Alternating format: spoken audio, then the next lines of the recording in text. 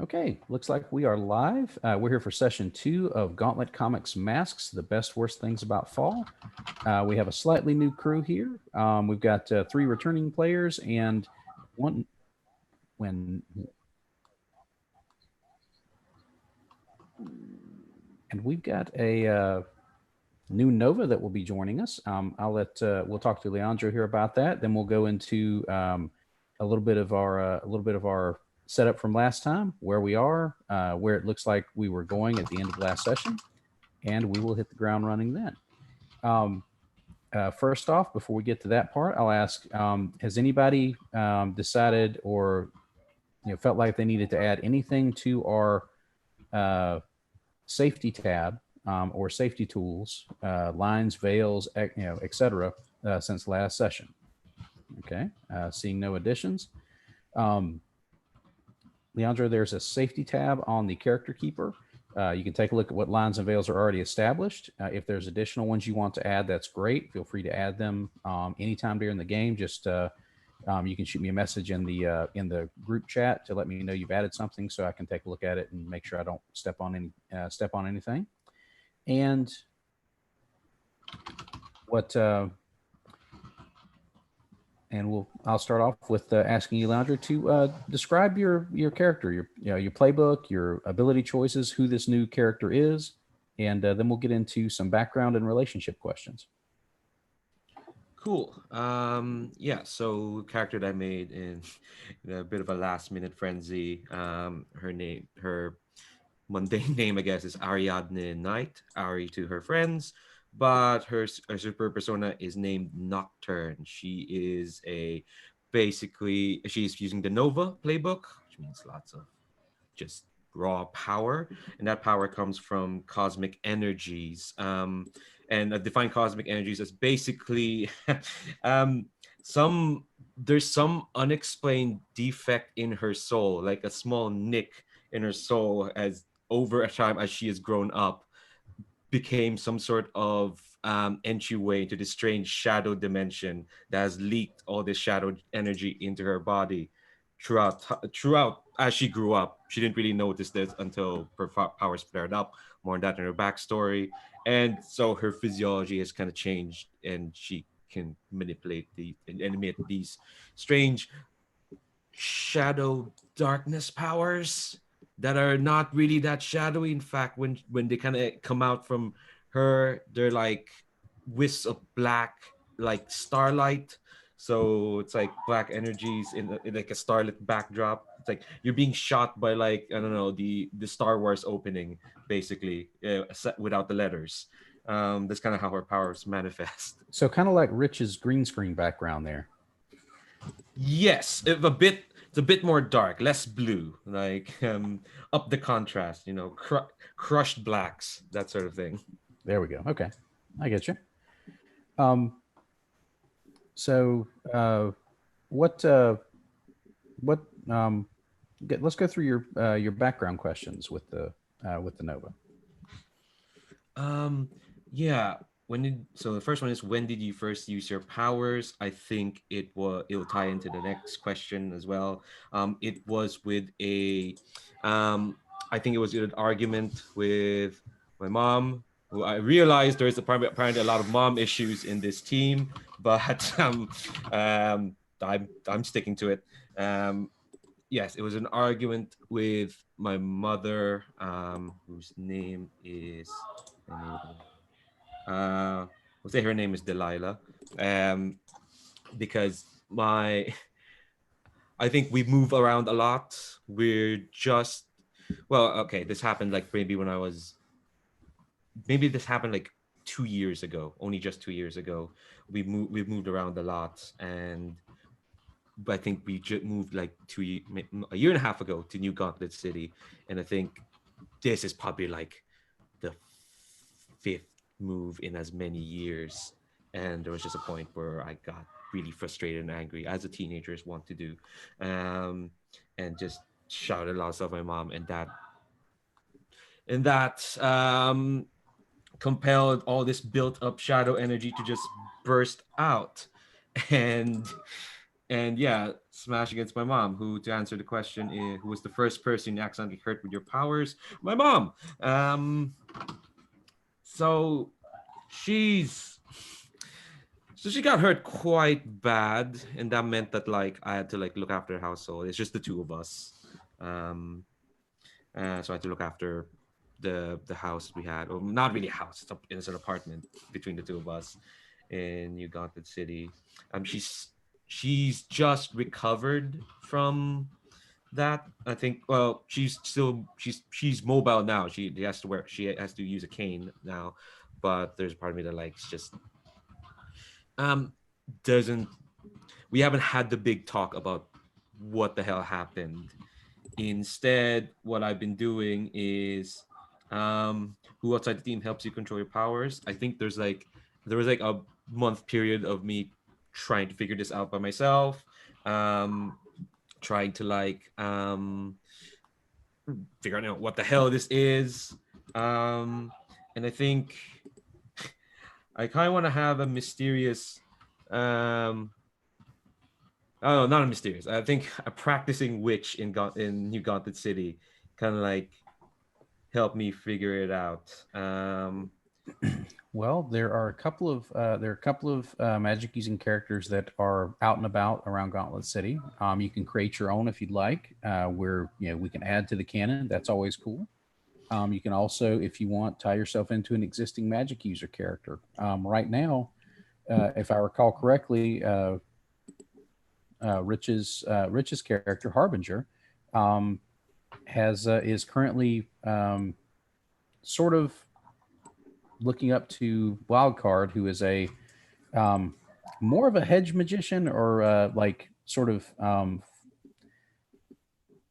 urban folk magician um, than a traditional wizardy type. But there are traditional wizardy types if you if you think you'd be more inclined to gravitate towards that. I think I like the idea of a hedge magician. The main thing I want is that maybe Ari look to someone who is not more of a John Constantine type of a magician rather than a wizard. Someone who like works in the city. I don't know if wild cards like that, but I would. He's not quite as British. Okay. And More of a Keanu Reeves Constantine then.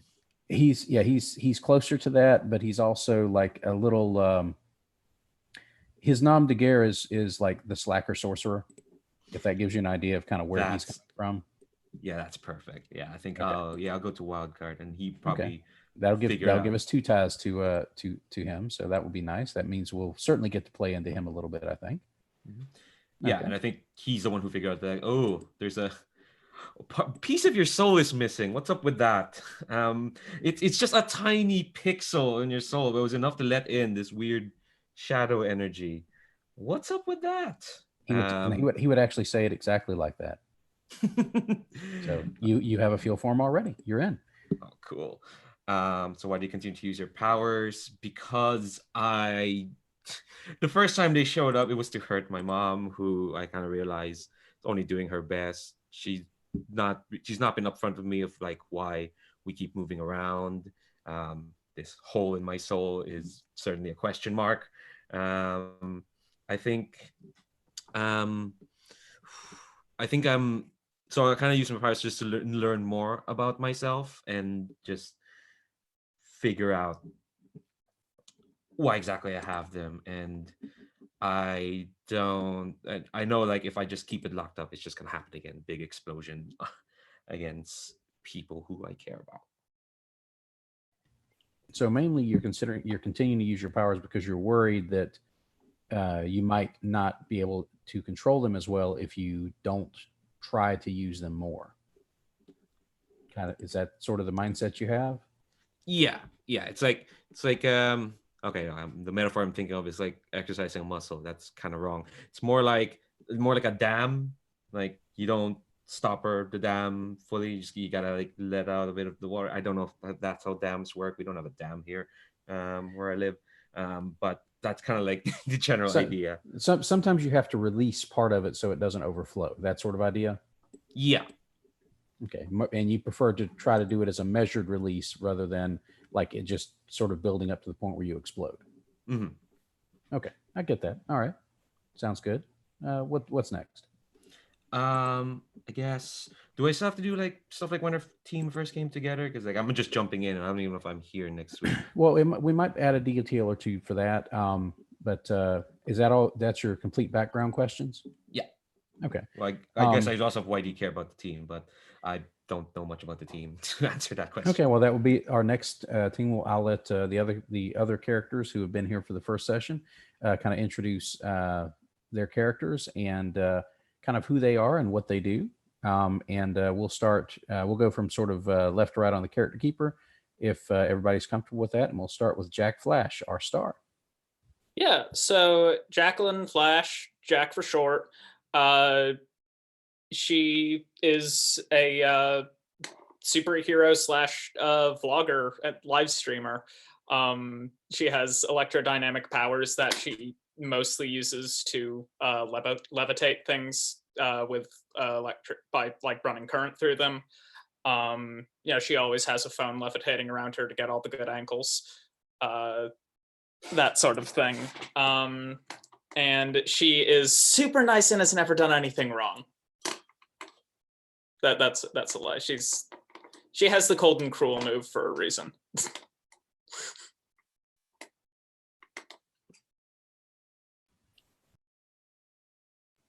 Moving on to our next, going left to right, I believe that will be Harbinger. Yeah, so I'm playing a character named Harbinger who is not the Harbinger playbook. I'm sorry, I don't have the playbook names memorized for masks. And when I went to thesaurus.com looking for cool magical words, Harbinger seemed way cooler than Portent. So I went with that and did not realize what confusion I would cause. So I just thought I'd warn you ahead of time. I'm playing the Scion playbook, not the Harbinger playbook. The character's heroic name is Harbinger. Kurisu Midas is the son of Rex Midas. It's kind of this settings like Lex Luthor type of character. So just think about what it would be like to be raised by Rex Midas, as he kind of laid claim after a one night stand with Sophia Rivera, who is his mother. Sophia is a kind of barista slash waitress at a Bean There, Dumb That restaurant here in New Gauntlet City. The Corso didn't really know about his father's nefarious beings. He thought he was kind of a Steve Jobsy type, just a little aloof, a little dickish, but overall does good stuff until finally one day it was revealed to him by Mr. Laudius, the former butler for Rex Midas, told him about all of the things that his father has done. And Harbinger, who had received the best, I'm going to switch one of his abilities that we haven't really used so that I'm not overlapping with new character. So he's been trained in a number of different martial arts, so that is one of his abilities. But Harbinger's claim to fame is his magical aptitude. He is very excited to whip out his magical powers. A lot of that comes from if you look at the picture, he's got like a medallion, kind of imagining it's like an eye of, kind of Doctor Strangey magical thing that he has that maybe his dad had and he stole. Not sure yet. Harbinger has all the best stuff as a Scion, so he has access to lots of caches of equipment and weaponry that other supers have hidden. And he also is pretty good at misleading or tricking enemies by pretending to be on their side. Kind of drops his dad's name, and that works out for him. That said, Harbinger kind of had a private talking with Jack when Jack was kind of not that nice to the cops after we stopped some bad guys. So Harbinger seems to he's trying to do the right thing. He's trying. It's praxis. Hold on, let me look that up. Not sure what that word means.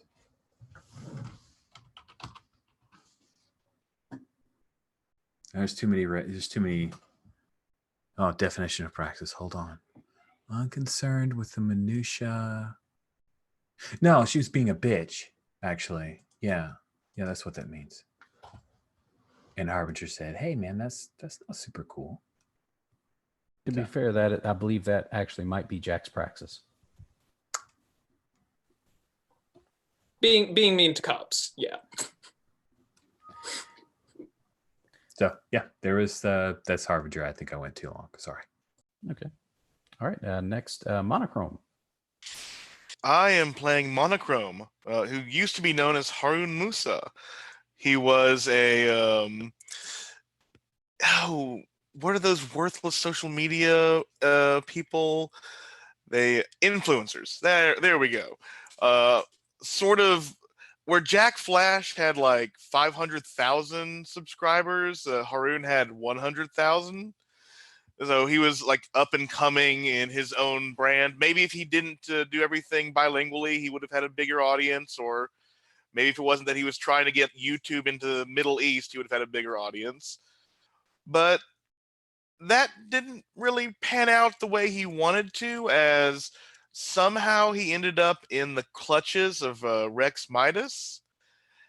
And he's been injected with something. Rex kept saying like different things, or he was kept in a tube for a long time, as he is now a sentient slime or ooze from D&D, basically. So he spent a lot of time as like the melted T-1000 for a year. And he remembers Rex saying things like, I've injected you with alien DNA, or I've injected you with the source of magic, or I've done this to you, which when you're trapped in an ooze container, you're not sure what is real, what is not. But Kurisu rescued him, and Harun is not holding anything that Rex did against his son. He's not a bit jealous. He's not any bit concerned with his self-image now that he is no longer any bit human, since he does not have a color palette. And seeing Jack again does not stir up any weird memories or feelings.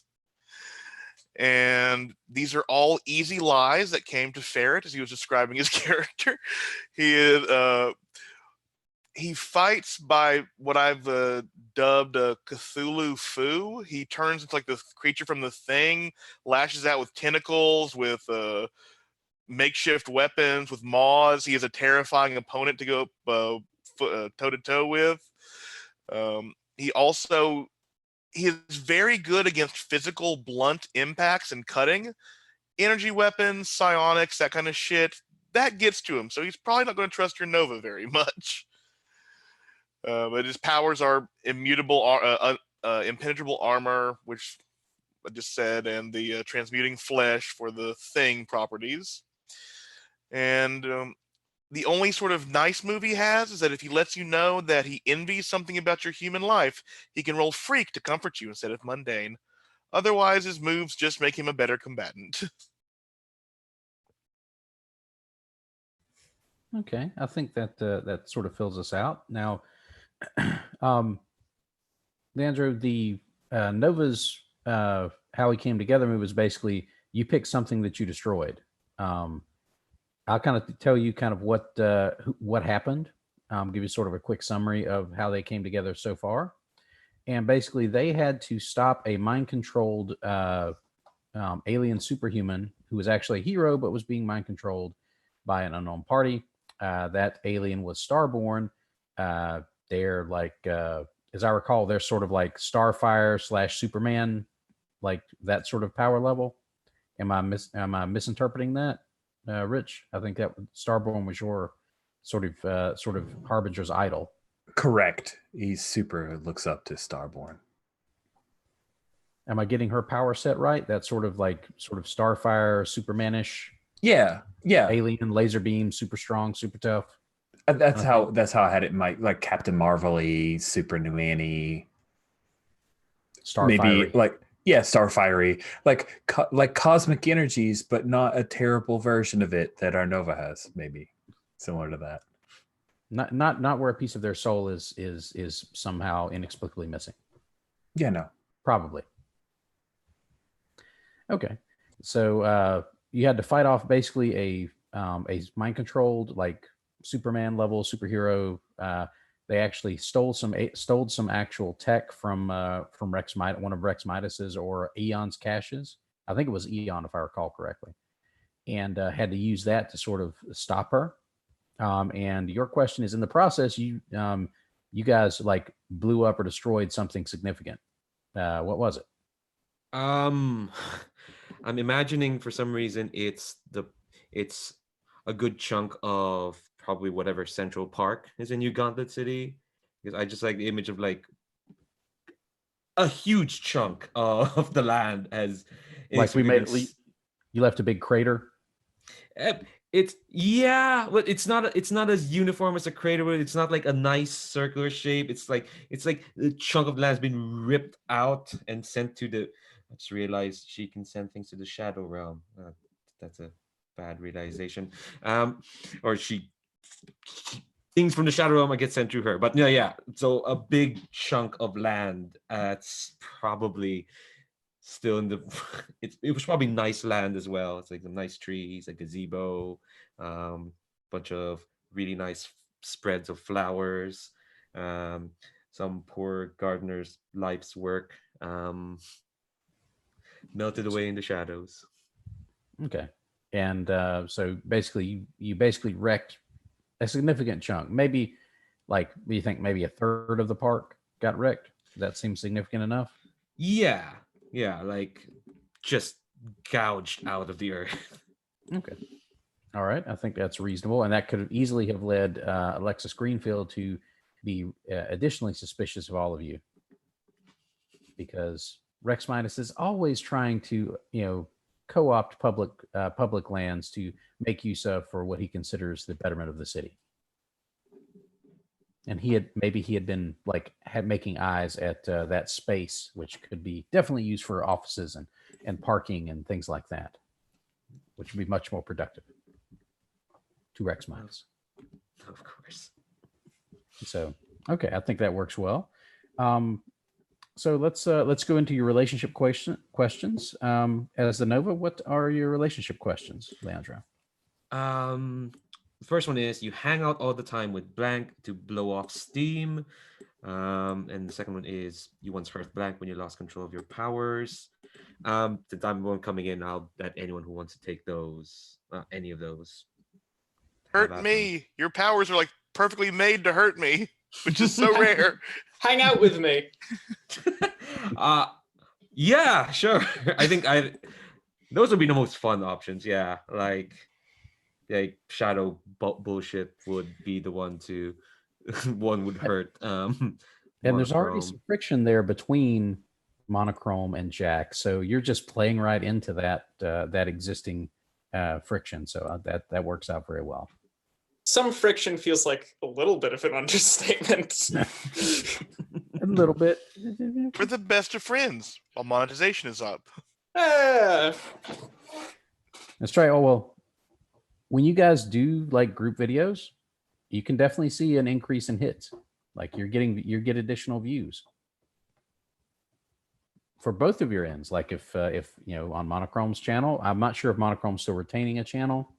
Like it sounded like he was last time, but I'm not sure. I think he's restarted, like he's rebranding since his accident. So it's like he's completely left his old channel of like designer clothes and neoliberal capitalism with, I'm a mutant. I was put in basically slave conditions. This cannot stand. Rah, fight the power. Okay. So I think both of you, like when you do the group videos, you always get more views, more hits. That may be because you guys have a little bit of on-screen friction. And maybe just because everybody loves a nice group shot. Who knows? Okay. So that kind of gets us sort of caught up, I believe. Leandro, is there any other like points from your character playbook that you want to bring out or make everybody aware of? I think probably two things. One is the 4 flares that I took, and then the last one is influence. Yeah. Okay. The 4 flares I took are Reality Storm, You channel destructive burst with your powers. Spend 1 burn to directly engage a threat, rolling with freak. But if I don't spend another burn, unwanted collateral damage. Yay. The other one is constructs. I can make my shadows go all green lantern, create an object up to the size of a person. That's a adjective, green lantern. Next one I took is worship. You put out a tremendous display of your might. Spend 1 burn to awe an audience, and with silence, respect, and attention. Yeah, it's like basically this is when she gets all threatening, and maybe I don't know, maybe her voice lowers in octaves. I don't know, creepy things in the shadow realm. I need to call it something better than the shadow realm. And the last one is elemental awareness, where I can spend a burn to basically ask any question, open my mind up to the world, and that's kind of like represents this weird shadow dimension pressing up against our the normal kind of like a cosmic awareness sort of deal from Marvel. Like, yeah, you're in touch with this sort of deep undercurrent of the universe kind of thing. Mm-hmm. Okay.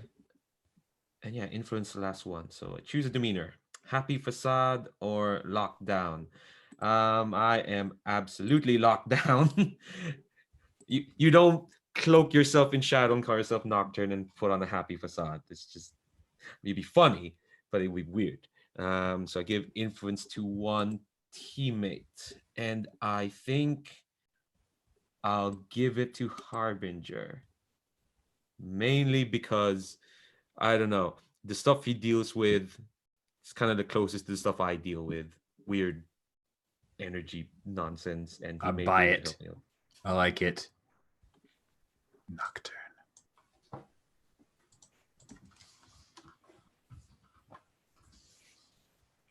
Yeah, and also so far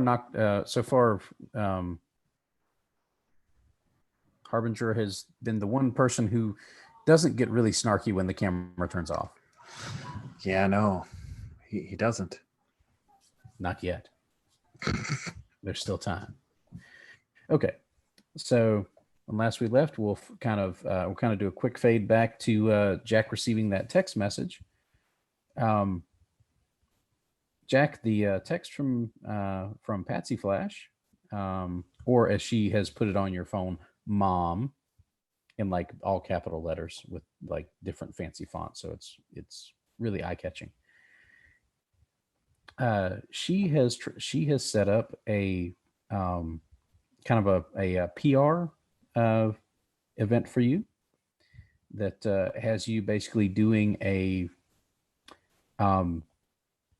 kind of a fashion type show, more like it's not really a fashion show. It's more like a grand opening of a new teen Vogue / Hot Topic sort of clothing store.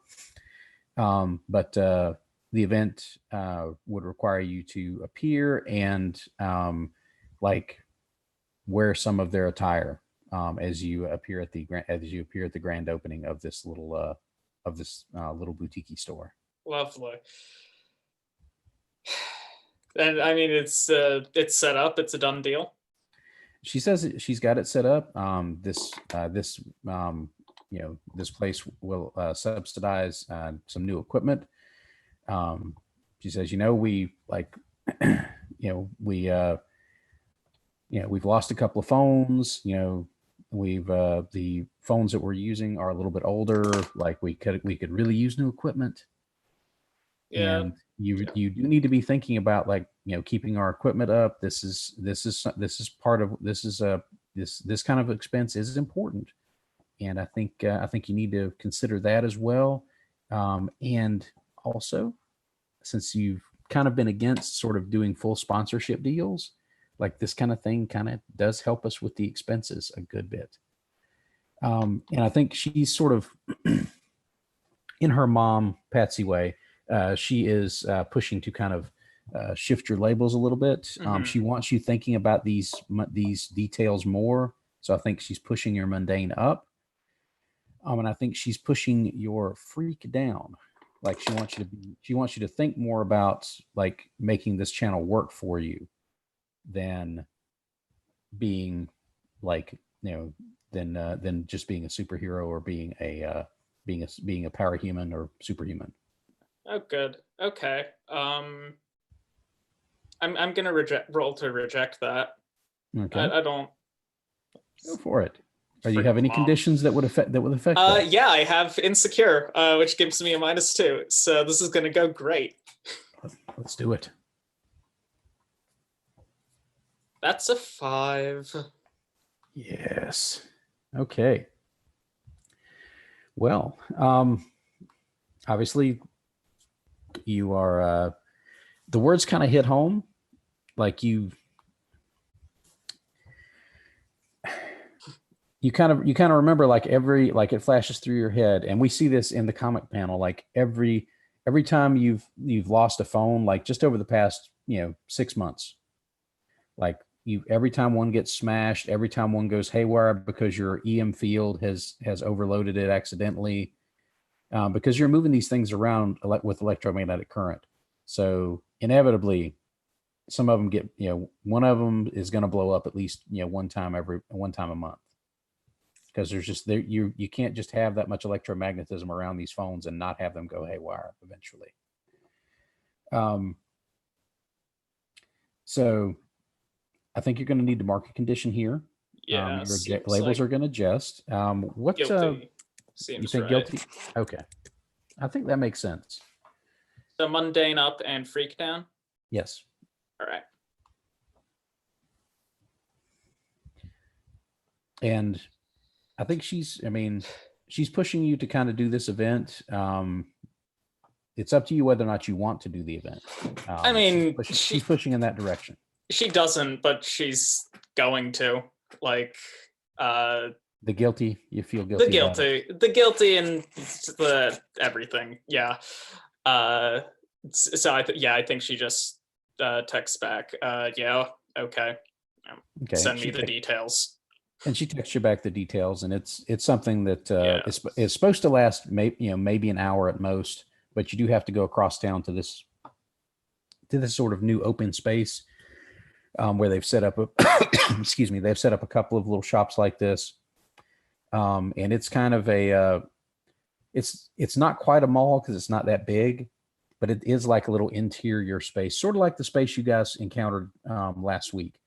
But it's more teen focused. It's they've got let's say the equivalent of a video game and burgers joint, where they have like old school video game machines and let's just junk food to eat.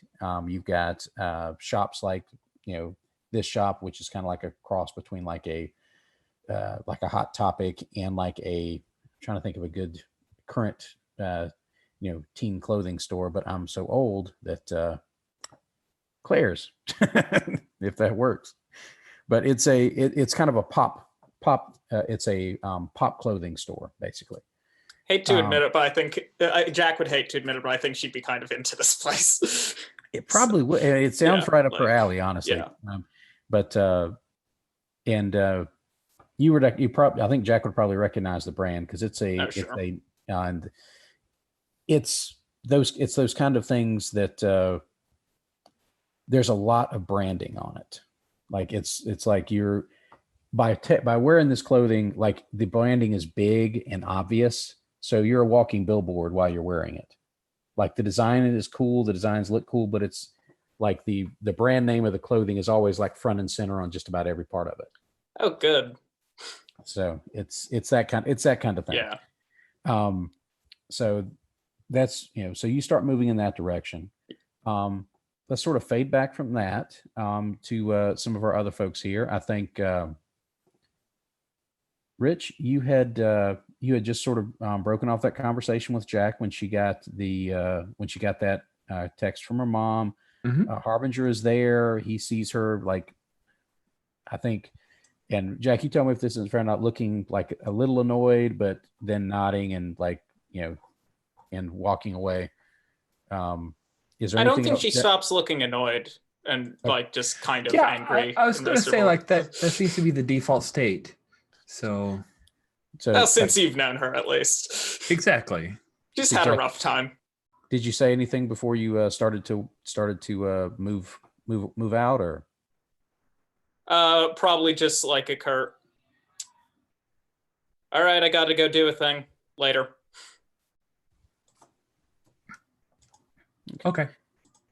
And okay, now Harbinger, let me fade back just a second. Monochrome, had you went ahead and left the area, or do you think you're still hanging here with I think everybody? he left outside and crawled back into the vents, which is a lot easier when you can smooth yourself into the shape and not make a big sound. I think if it was okay, I don't know if he could have been in a position to like read the phone or at least even see the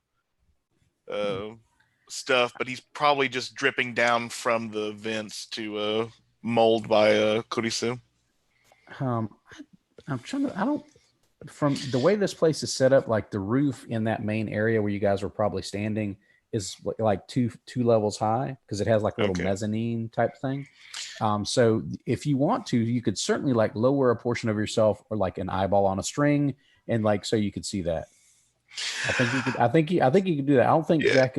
If I'm unless I'm misreading the situation, I don't think Jack is like looking up and around to see who's looking at his phone or looking at her phone. No, and also I like this happening. I think it's interesting. So Yeah, so that's well within your power set to do, and I don't think there's any sort of stress or any sort of thing that would cause you not to be able to do this. yeah. So I think there's like a sudden sound of a lot of mass exiting a vent. There's like this, and Haroon just almost looks like if you've watched too much sci-fi that he's ported down because he's just suddenly there in his human shape. But that's And accompanied by that sort of slorp sound. like Gak hitting the floor. Yes. Ugh. Okay. Okay, Harbinger, you hear that sound behind you as Monochrome returns. Did you find anything interesting? Oh, no. Jack had a thing, so I guess we're on our own. I read that. I mean, I saw that. I mean, I know. We influencers have like Instagram stuff, cell phones. That, yeah. I know But- what a cell phone is, man. It's cool. Okay. I bet she would love some support. I mean, we are her team. We need to stand by and be there for her whenever she is not in trouble, but in need of solidarity. So maybe we should catch up with her and see what's going on. Yeah, I totally want to pierce the mask here. Roll this. That is fair. Roll plus mundane unless you have a move that would alter that. I do not, and my mundane is flat, so I'll roll my beautiful 2d6 here. You get a 4. Okay. You do not pierce the mask. Your mask is inscrutable. Yep. I mean, it's really hard to read Monochrome. I mean, it's super hard. It's true. Literally, one of their powers is to be like mutable. So, Yeah, sorry. I mean, sure. So, I mean, I think, I mean, you can certainly still be suspicious, I think, but you're not reading anything directly off of them that's like, negative or like, say, like. Do you think this is some kind of setup monochrome? No, I think this is a business deal. Really? So we're there for moral support? Because she doesn't seem to have many morals. Yes, exactly like that. I mean, I was in her shoes before and I had to do this ad for alkaline water like years ago, and like you get some free swag, but moral support's really good. Okay. You know, I wouldn't imagine that she would even want it, but maybe she really does. I don't know. Yeah, you probably know her better than I do. Let's go. Yeah. And I think Monochrome will just begin striding out with his Okay. pal. And Nocturne, we're fade over to you. I think I think you had gotten some of the messages from the mess going on yesterday, but you had gotten, or earlier today, excuse me, you had gotten messages, but you had been locked up somewhere doing something. What do you think Nocturne would have been busy with that would have prevented them from sort of jumping into this sort of surprise battle that the team got into? I think this is a recurring thing that's been happening recently. Why Nocturne's kind of been as in right now. Yeah, as in like you had like they had gotten into a sort of a surprise battle with a group of superhumanly powered individuals that were dressed as Commedia dell'arte stock characters. It just sort of happened. They were in this space. Were at this little shopping area, and these guys started weird superhero or supervillain comedy things. It was odd. And so it was a surprise. It wasn't something planned, but if you got the message saying something bad was going on, what do you think would have been occupying you? Would you be trying to take care of your mom since she's kind of just recovering from those injuries, or was there something else going on? I think. Sorry, because I just came up with something in regards to her backstory, and kind of like why they've been moving around. But I think it's more simple.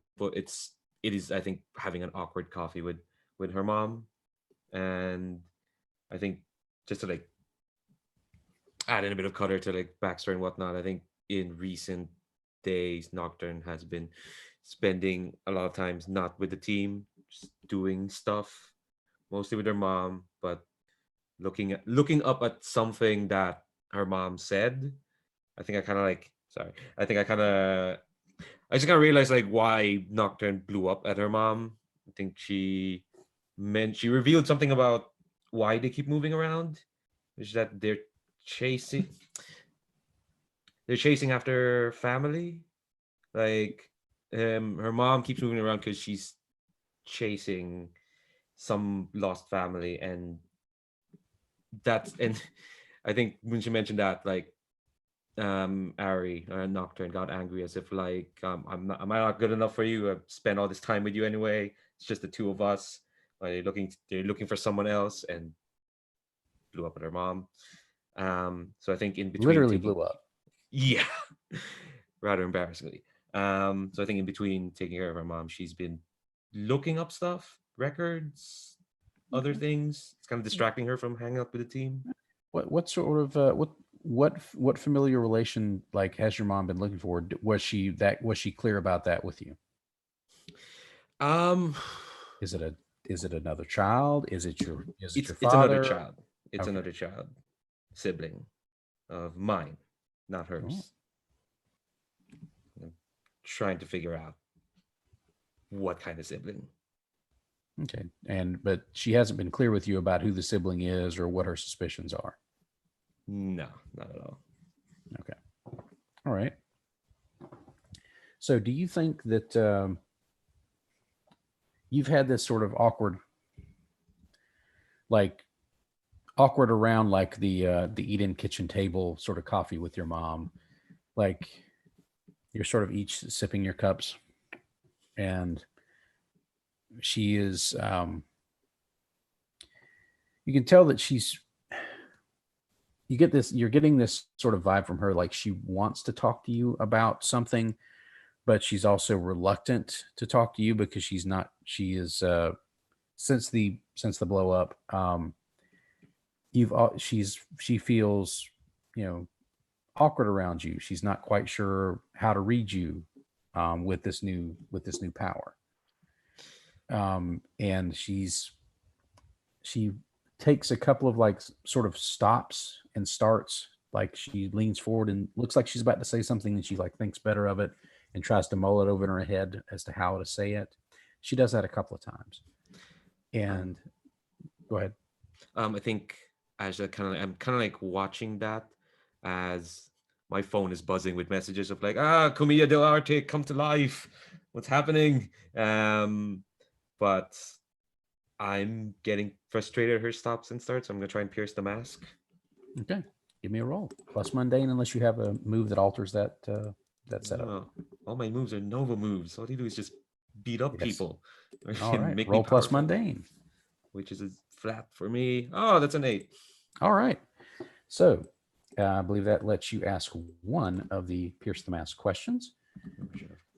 So the Pierce the Mask questions are: what are you really planning? What do you want me to do? What do you intend to do? How could I get your character to blank? And how could I gain influence over you? You get to ask one of those questions of your mom. I think it's what do you want me to do? Because I'm just sitting Okay. here. Okay, so I think she keeps like trying to talk to you, and I think what she wants you to do is she wants you to engage with her in this attempt to find her other child. And she hasn't, and we've established she hasn't told you anything about this child.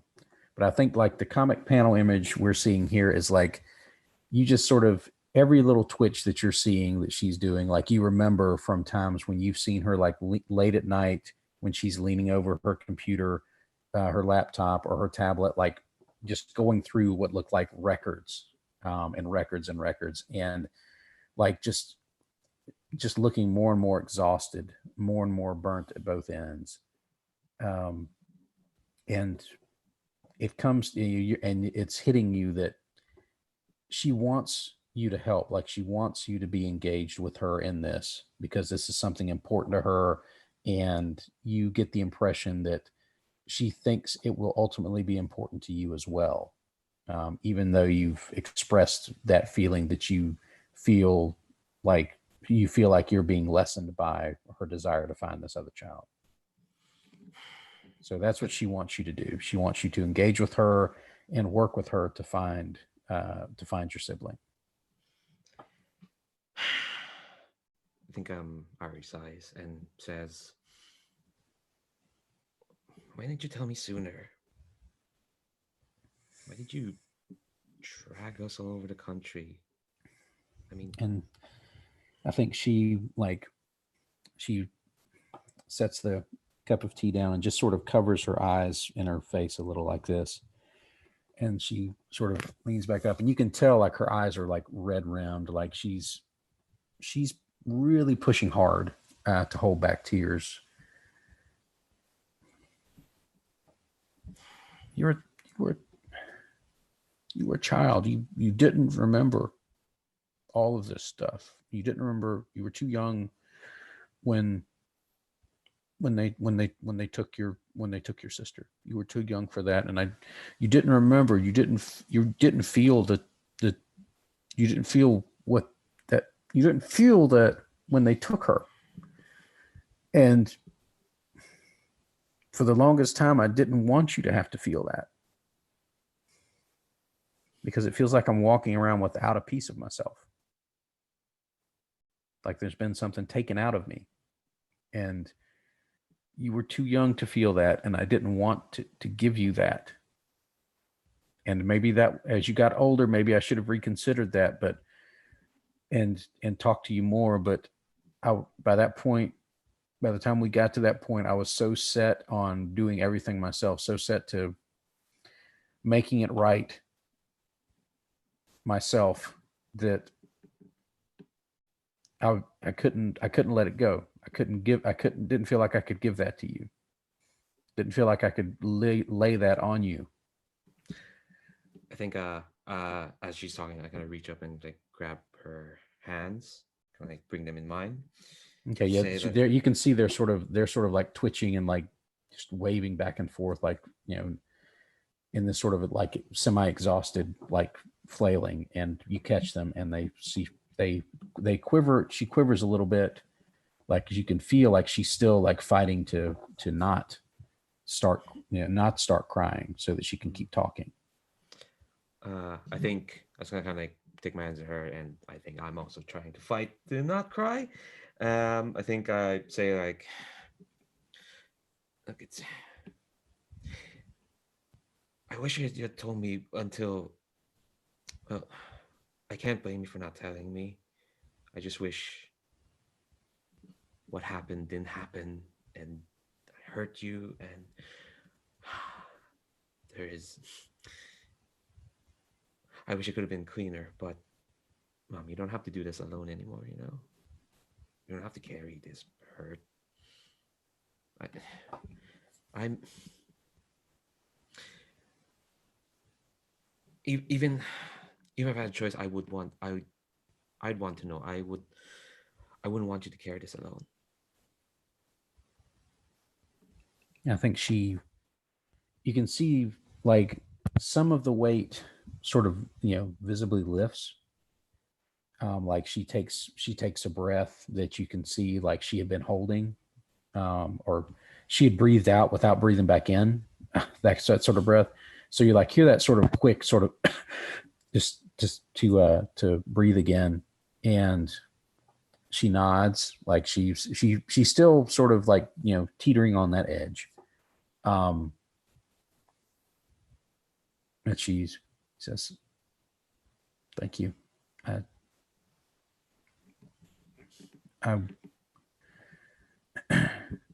I want to talk to you about her, but I don't. I might need some time to sort of to build myself up to telling you what I know."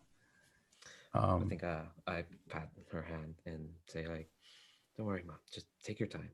We'll find her." Thank you. And she sees your phone that's been you set it on the table over there, and she sees that it's like still like buzzing and blinking. And she says, maybe I'll kind of get things together and compose myself a little. Maybe you spend a little bit of time with your friends. When you come back, I'll be ready to talk and show you what I've been able to find so far, and where I think it's leading. I think Ari doesn't trust herself to say anything. She just nods, and she's doing her best to hold back the tears. But I think she just again, that seems to be a family thing. Yes. yeah, totally. I think she'll lean forward and give her mom a kiss in the cheek. Okay. And then she'll grab her phone and go ahead. Okay. And I think at this point you like with kiss, you see like there's like you can see that the stress that had built up in your mom sort of lessens a little bit, but you do still like, and this is something you notice every once in a while, and it still sort of pings every time it happens. Like as you lean over to kiss her, like she has that sort of like twitch where she's like she's still you can feel that she still has that little bit of threat reaction to you when you get close, and you can see that she's trying to like push it down and like let herself be relaxed, let herself react like she thinks she should, but like she's still got that twitch. I'll probably turn my phone quicker than I'd like. Yeah, and I think that twitch from her is kind of her unconsciously pushing to shift your labels here. Okay. I think she's pushing your danger up and your mundane down. I'll take it.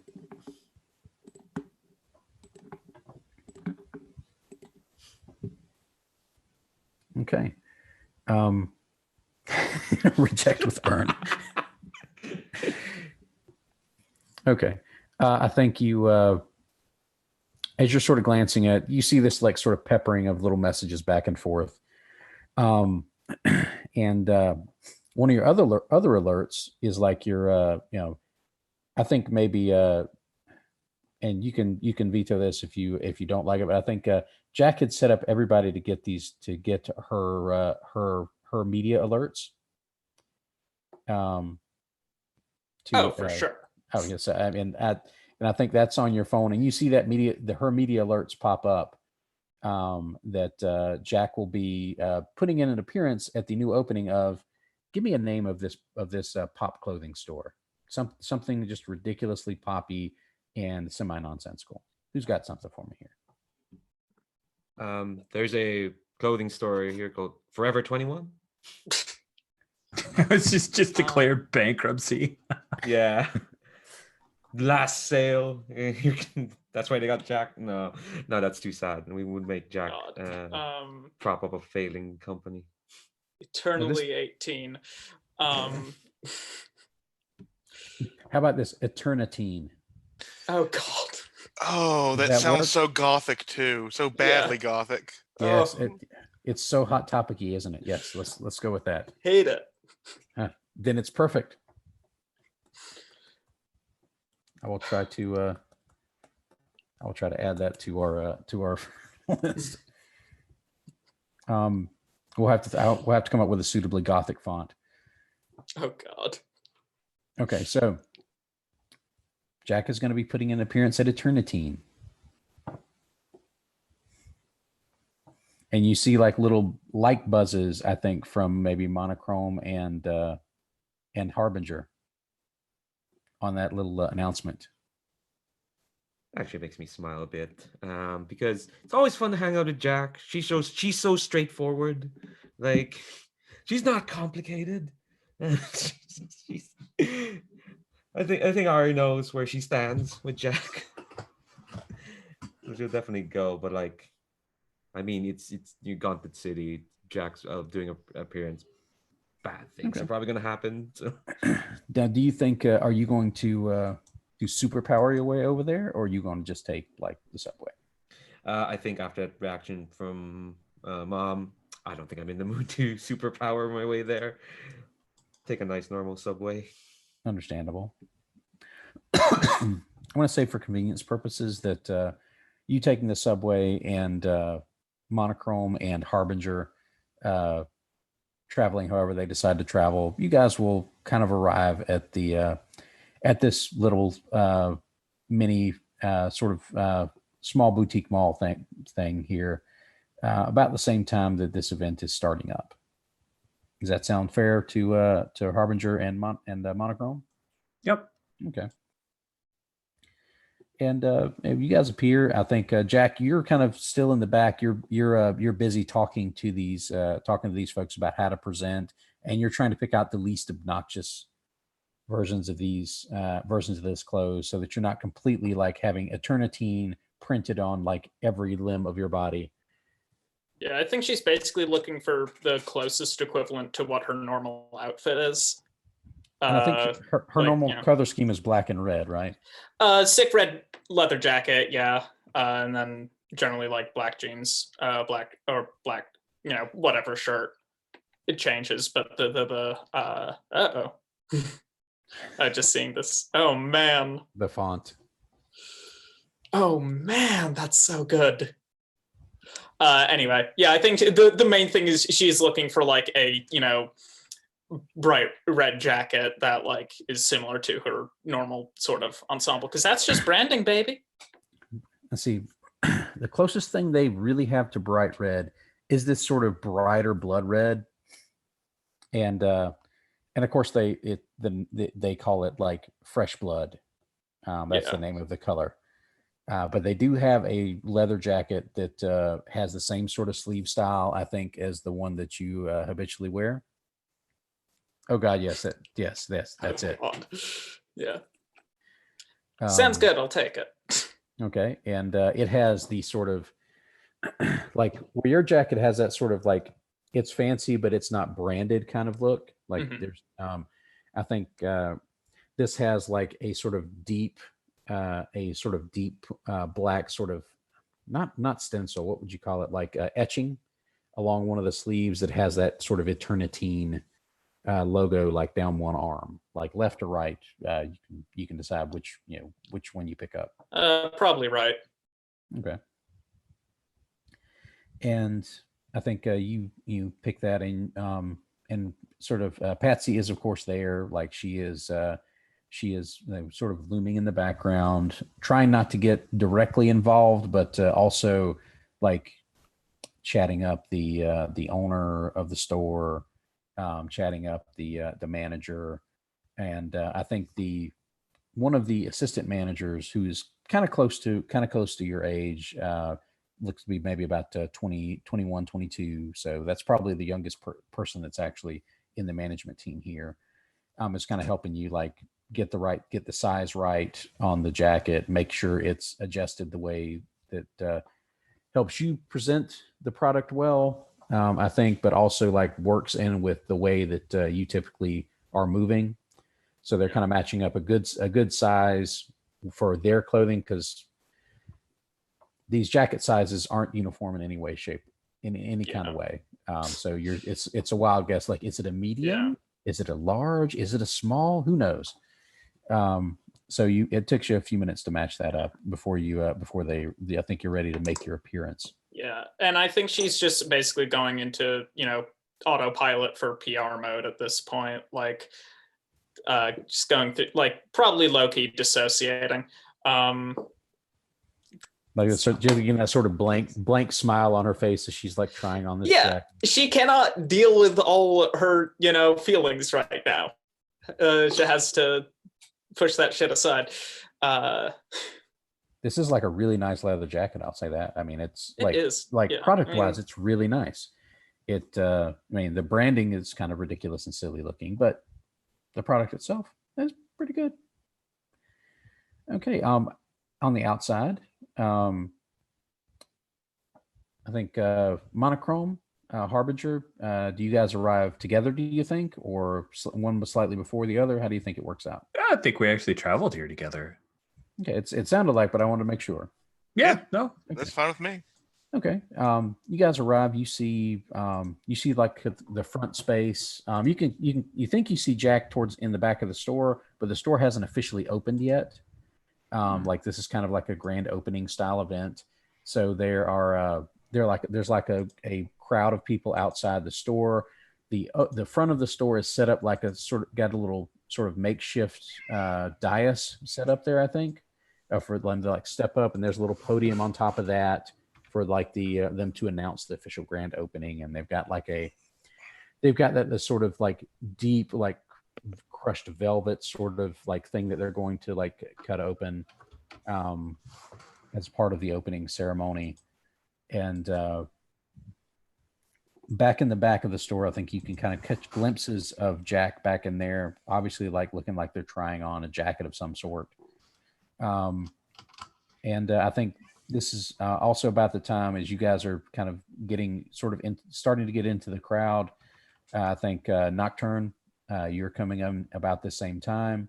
You do see Harbinger and Monochrome. Monochrome is, despite being monochrome, very noticeable here as the large monochrome person.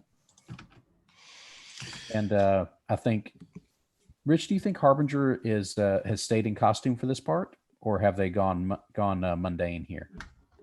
Yeah, I mean he's mundane. Like his costumes. Does he not bother with the costume so much? Does he just wear a mask? Like his magic's so huge. Yeah, I don't think he wears a mask because he doesn't want to hide who he is. Like he's out to make his dad angry, annoyed, all that good stuff. So yeah, I think he just shows up wearing a normal his normal plum colored shirt and a pair of white slacks, and just it's kind of casual, his costume. Okay. Is the big honking amulet always visible, or is that sort of fade away when you're not using it? It's an obvious inaccessible focus. I paid several points for that. Oh, so if it's inaccessible, that means it's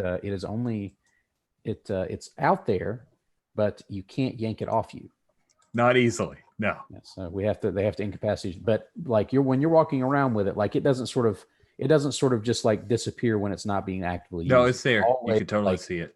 and it's always like blinking at people. It's like Dr. Theopolis. No, it's going to mix all the streams here. No, so No, what's the like if someone is looking at this big honking amulet, because it looks like on your picture it's fairly substantially it's yeah, sized. it is a thing. So, It is. what does it look like? So it's a golden chain, but it's not the fake yellow gold. Like, it's obviously gold. Heavy stuff. Yes, it would be heavy. But I'm imagining that the medallion itself looks different to different people. That when people look upon it, often they can see. Is it something they want or is it something they fear? Oh, that's really cool. It's both. It's flip sides of the coin. I can't choose. So yeah, he just if he flips one, is yeah. So let's say maybe it depends on the person. Like a person who has a naturally fearful nature is going to see something that they fear. If a person has an acquisitive nature, has a base point like avarice or greed, they will see something they think they have to have. There you go. I like it. Okay. It gives them a little warning. I love that's awesome. Okay, so there are people there with eyes on the amulet, I think, but you're not being sort of intrusive enough into the crowd that I think people are turning to stare at you or anything. I think you guys sort of came up into the rear part of this little group, and so nobody's sort of turning around to look at you right now. There are a few people that turn their heads and they notice Monochrome. And a few of them, like, snap a couple of quick, like, cell phone pictures of Monochrome, like, look who's here, kind of, obviously that kind of picture. Oh, that won't do. Oh, I need many more pictures. Oh, so, you can make a big show. How do you want to do it? I believe there's sort of like the Mystique from the X-Men. He starts shifting, and his suit turns into an Anne Rice-esque Victoriana vampire get-up, all black and white, but has the team name emblazoned on the back, just like in faux punk script. What is the team name? Ooh, I do not know. Jack seems to be our leader. Would you have PR'd us something, Jack? Or is this... Oh, am I your leader now? Well, you look like the leader, Lieutenant. Well, do you want to name them as you thought to name your online fans last time? Do you want them to be the Flash Mob? They named themselves that. Jack would never do something so tacky. Yeah, I don't know. I honestly just have a hard time imagining that. Like, I don't really see Jack being the one to come up with the name for the team. I think your mom did. Ooh, and we are like, your mom seems actually like up on like the cool kids stuff. So I think Decently, yeah. I'm going to take something from one of my games. We are extra, like X-Men. Oh God. But we're very memey. Yeah. That's going to cause a little like brain flip for me. I like Okay. it, but I'd rather. Okay. Excel.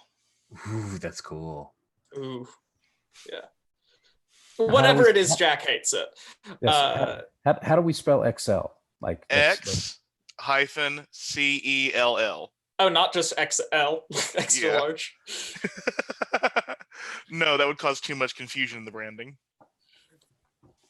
And so you've got sort of this double meaning here for your team name. You've got the X, meaning like for unknown, for strange, for odd, and you've got the cell, meaning a small group. Perfect. Yeah, I think Monochrome will start trying to include Kurisu in the pictures that he's getting in for camaraderie. and then realize his foolish antics when Nocturne is coming up, because Nocturne is the one he actually fears on the team. And I think that sort of leads us into Nocturne approaching. You see your two compatriots standing at the rear. You see Monochrome do that sort of suit shift thing that I think Monochrome seems to like to really do. And like they shift into that sort of, Anne Rice Victorian, like, is it the fluffy shirt vampire suit kind of thing, or Oh, is I it like am a like business full suit? sexy fop. Okay, so we got fluffy shirt, we've got dark vest. Are you going with an actual jacket, or are you going with like a fluffy sleeve kind of thing? I think it looks like an actual jacket. Of course, it's all his body, but like it looks, with working with Letitia, it actually looks, and if someone touched it, would feel similar to the actual fabric. Okay, all right. So you're getting a lot more snaps now. I think people are, especially at the rear, like people are turning and like doing like, flipping their phones this way to get like the broad, landscape pick, which will include Carrizo unless you're taking steps to actively avoid that. Like, what do you think? Yeah, it seems like Monochrome wanted me around, but I'd be way more interested when Nocturne comes up than posing for pictures. So I think you'll start to see that Nocturne. Like, do you like announce yourself? Do you like sneak up and like do that sort of I'm stalking up to someone I like kind of thing, like Jason Momoa and Henry Cavill, or how are you doing this?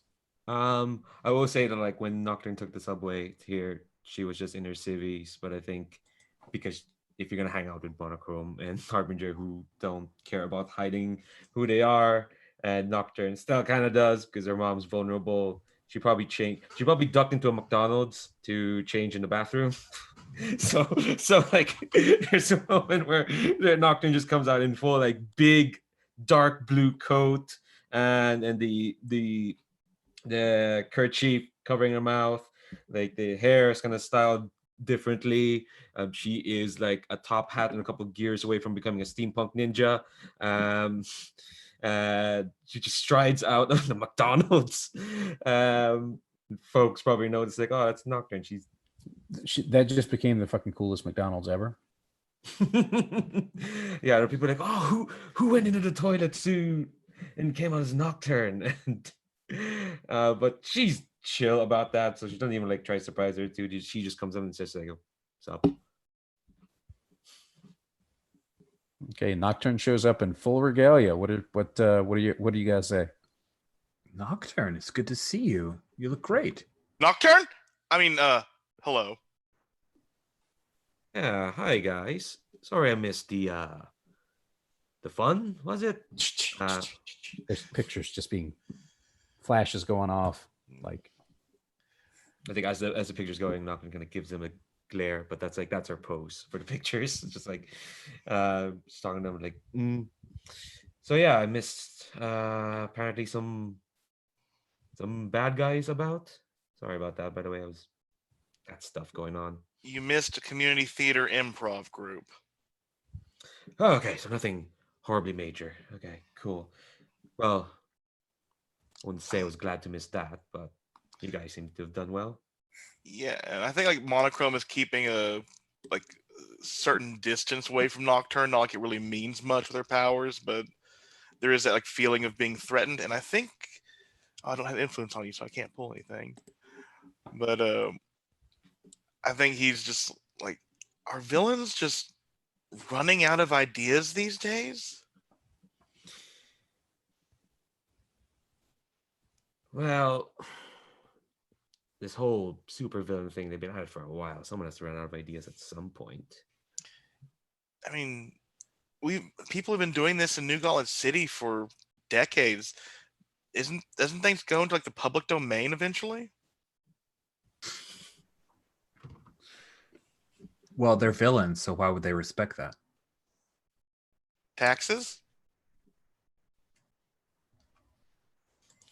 We're here in support of Jack's new ad campaign for Eternity. Yeah, Eternity. Looks like your place, Nocturne. I mean, I wouldn't say I wouldn't kick that place out of bed, but I don't know. It doesn't seem like Jack's sort of brand, does it? And I think this is like the time when Haroon like perfectly knows like Jack would probably like these clothes, but he's not dickish enough to actually admit that to the rest of the teammates. At least without her here to squirm. and he just shrugs like, I don't know. I mean, seems like her mom got her into this, and I mean, it looks like it's going to cut a deal for some stuff for the team. So, I mean, we're here to support her. It's good press for us too, right? Pose. Yeah, we could always stand to look a bit more goth, Claire.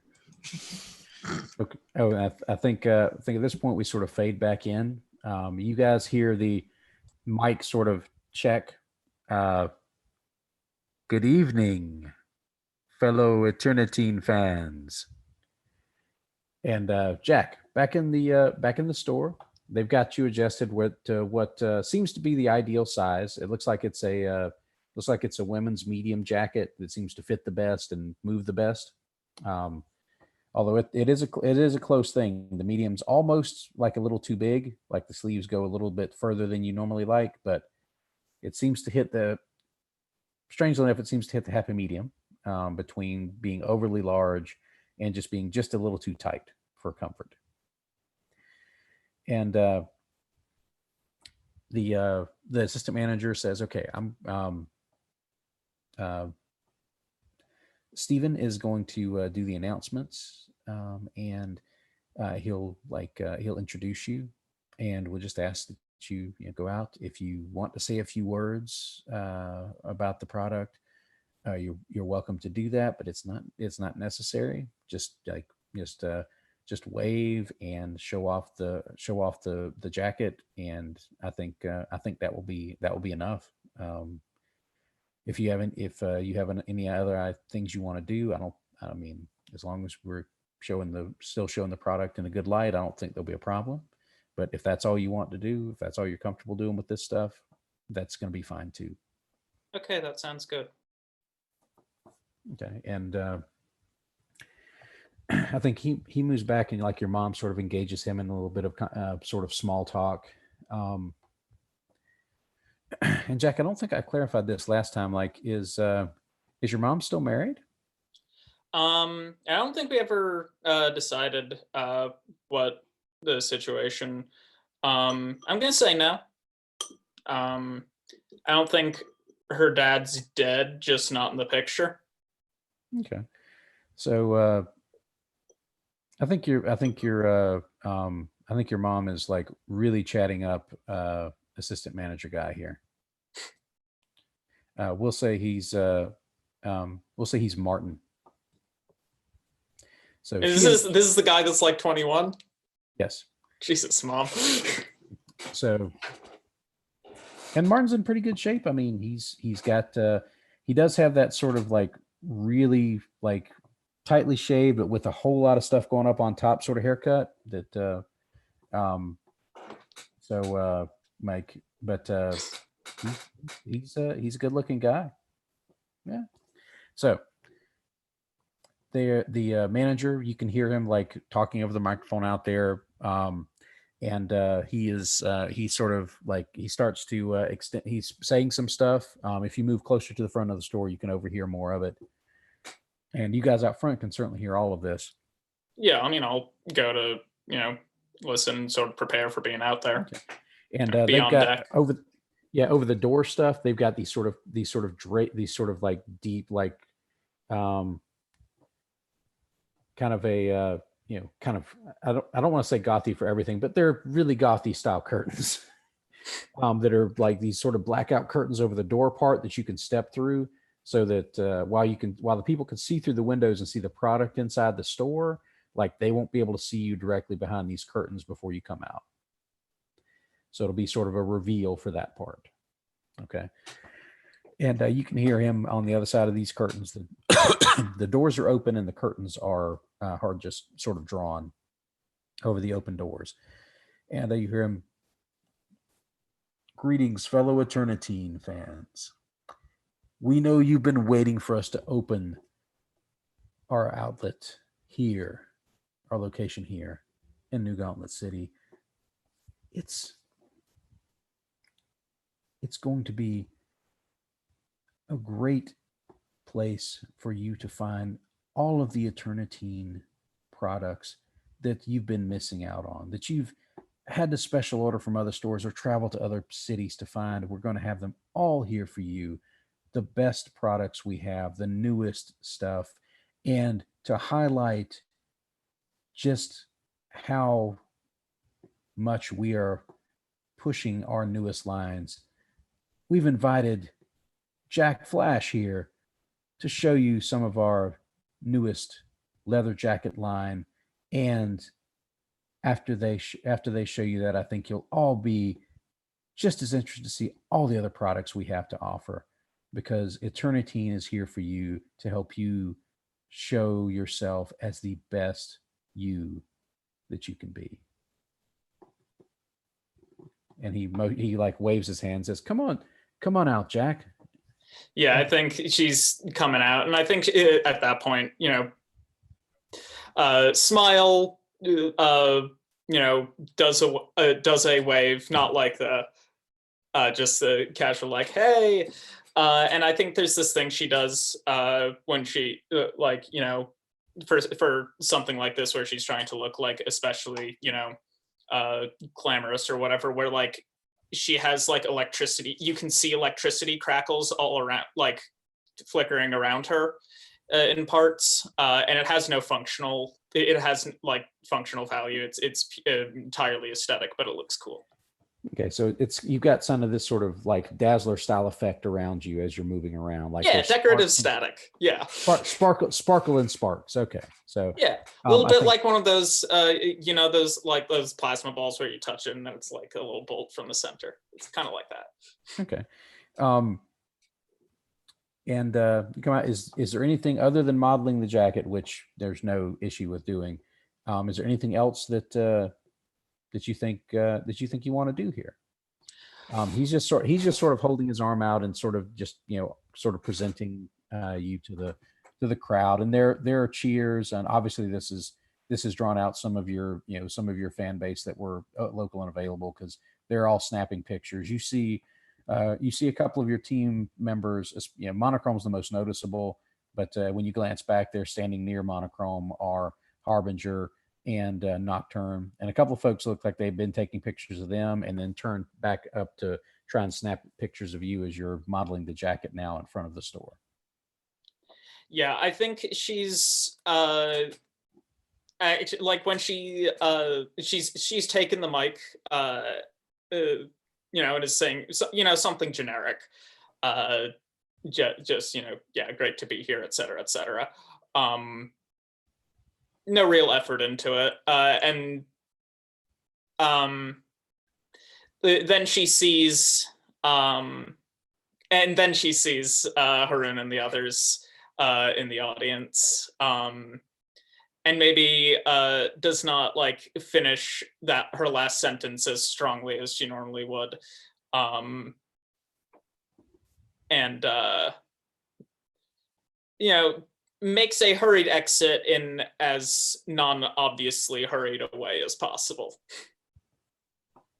Okay, and I think as you're kind of starting to make this exit, I think you see something else in the background, kind of back behind the crowd, back behind where your friends are.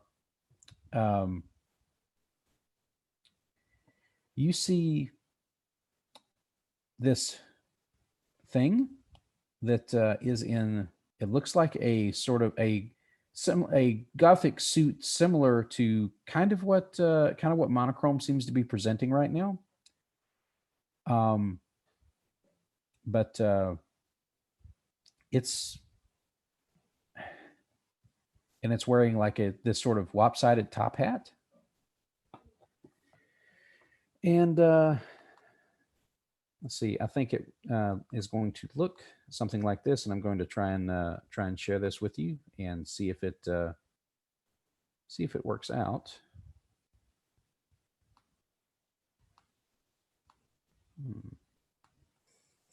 That doesn't seem to be wanting to work out for some reason. All right.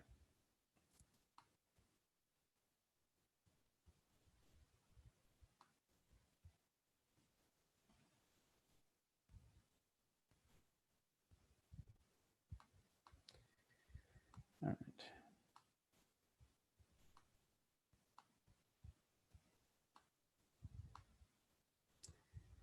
Okay, I'll share my screen with you, and I'm going to highlight this thing. Hey, can all of you see that? Oh, wow. Yeah. That's what you see approaching. And at that point, I think as Jack looks horrified, and I think you guys see Jack look that way, and you turn and you see that same thing. This thing is about looks to be about 7.5 feet tall, and it is stalking towards this crowd in front of this Eternitine. And we're going to take our break here, I think. Is everybody comfortable with a 10-minute break? That'd be good. Okay, we'll be back in 10.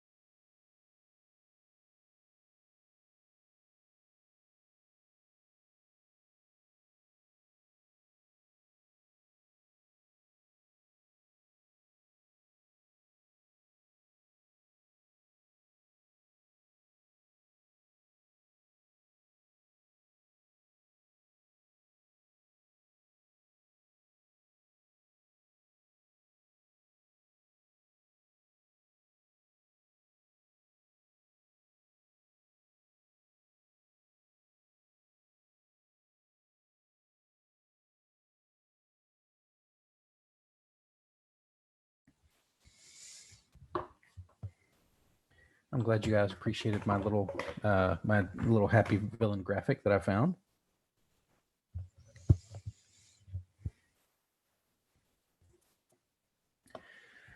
Okay, everybody ready?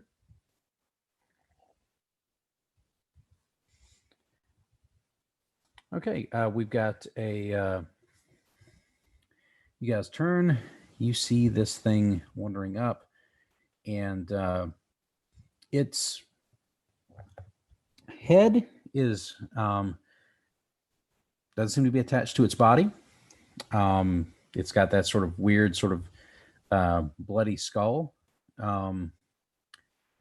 It is wearing this full suit. Its limbs are sort of rangy, but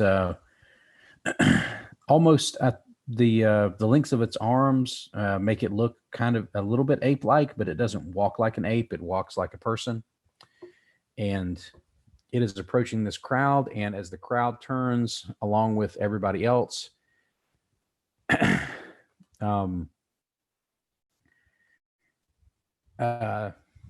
this is a city full of that is full of like super villains, superhumans. They look at it, and I think they are starting to panic and break away quickly, like just go in every direction, like just like you kick the box full of bugs open, and it's like they're going everywhere. What do you guys want to do with that situation? This thing is still approaching and hasn't actually gotten to to the where the crowd is yet, and they're like bolting in all directions. What do you guys want to do? We'll start with Jack. You saw it first from where you were. You saw it approaching. What does Jack do in response to this? A few of the people at the back have now kind of seen it and are reacting, and like everyone else is sort of building off of that, getting sort of into this sort of like fear feedback loop, I think now. Yeah, so I think she is gonna leap over there with her like super jump thing, and not attack him yet, land in front of him and say, hey buddy, what you doing here? Okay, so you do a sort of I don't think you really need to roll to do that. So you're doing that sort of electromagnetic sort of levitation sort of jump. Yeah, or like by pushing down, like having electromagnetic force going downward from like her palms or her legs or whatever, Iron Man style. She can leap or fly or sort of fly, etc. Okay. All right. I think you land in front of this thing. And its head, its body is moving, and the head seems to almost be reacting sort of independently of the body, because the body keeps moving like you're not there, but the head is actually acknowledging you and turning, and it says in this sort of like weirdly deep voice, because it doesn't have a throat. So you're not sure exactly where that part's coming from. It says, I see you are adopting a costume of your own, little mortal.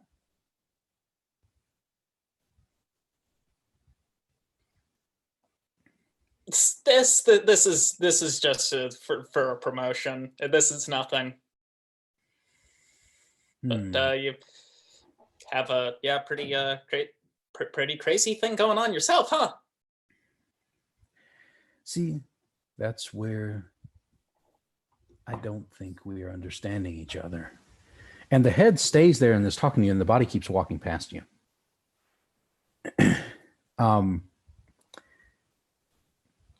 This is not a costume for me. No, I kind of got that, actually. That's good. That's good. What are you doing here? I am here to send a message to this place. And he like glances at the Eternitine sign and all its ridiculously overly gothic letters. What kind of message?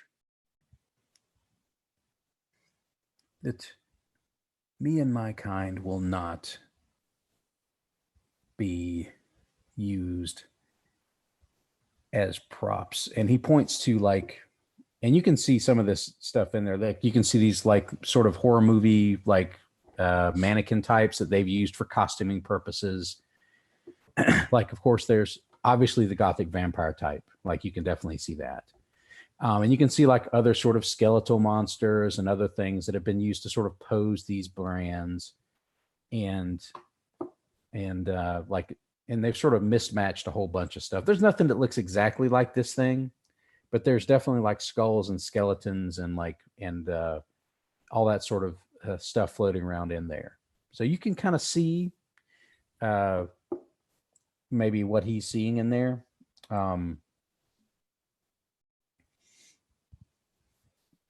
And well, we have made our peace with your with your costuming at the proper times, but this is just crass mockery. And his body has continued to walk, by the way. It's now getting to where the crowd is, and like people are just like running because the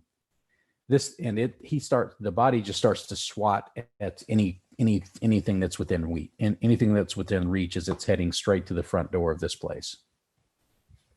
The head's still floating there with you, Jack.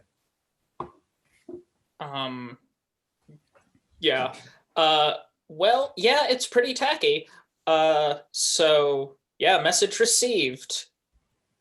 And then, I mean, I want to, I guess, go and I want to know what the others are doing also, but Okay. Go defend the crowd in the store. Okay. Do you think you're in your conversations with the thing? Do you think you're pushing this toward like a Pierce the Mask sort of deal? Do you think, or do you think you're going that far? Because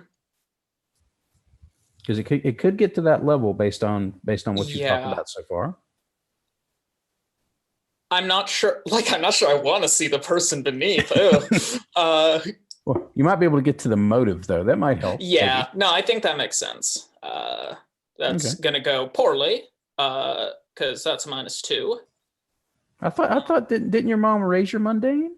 Yeah, and I have angry. Oh gosh, yes, that's right. Oh, forgot about that. Which she is, kind of barely keeping in check right now. That's a 0. Woohoo! All right. I rolled snake up. That's a 0. And I think at that point you see this thing. It had been sort of looking at you before while it was talking to you, but also kind of looking at the crowd and like eyeballing the store. And then you see its eyes sort of both focus, like boom. And it sees the jacket that you've got on. You don't get the impression that it hadn't noticed that before. And I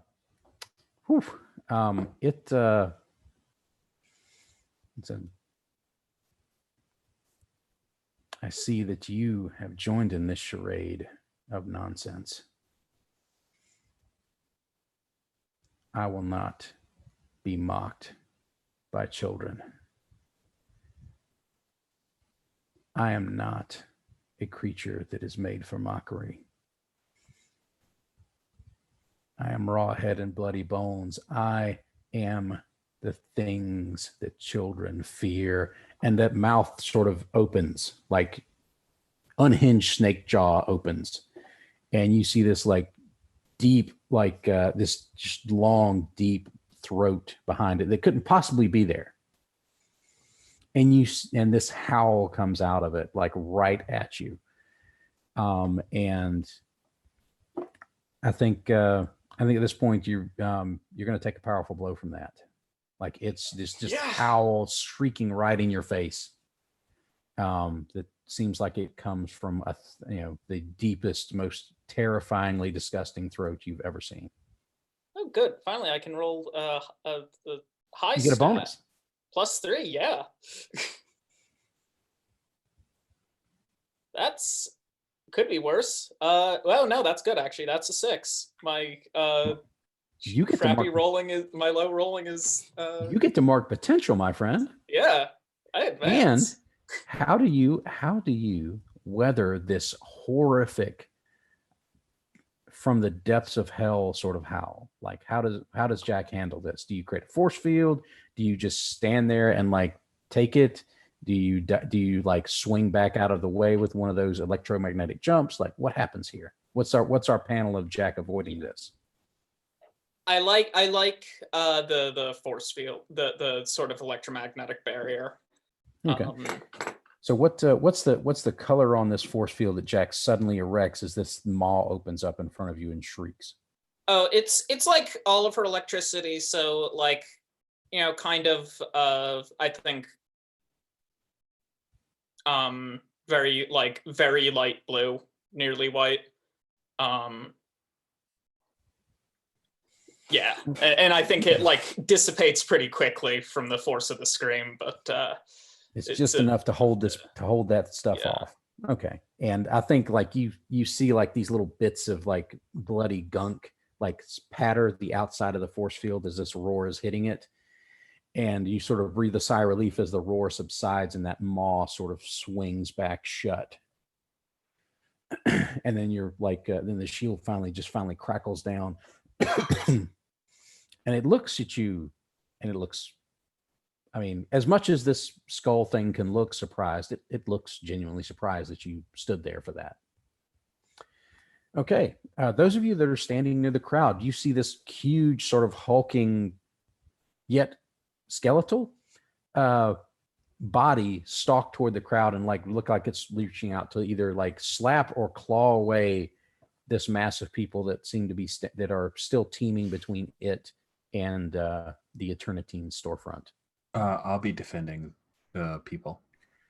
I think that's a good plan. Roll me a defend. Plus savior, unless you have some other move that you're bringing to bear. I do not, and my superior is not awesome. So savior. You're rolling savior. Yeah, you're right. Sorry. Savior's a 1. Thank you for remembering that thing that I should have known going in. That is a 6. Exactly a 6. Well, here's where we can jump into our team move. I think at this point we've got the team together opposing a force or a foe. Fair. So we start out with 2 team.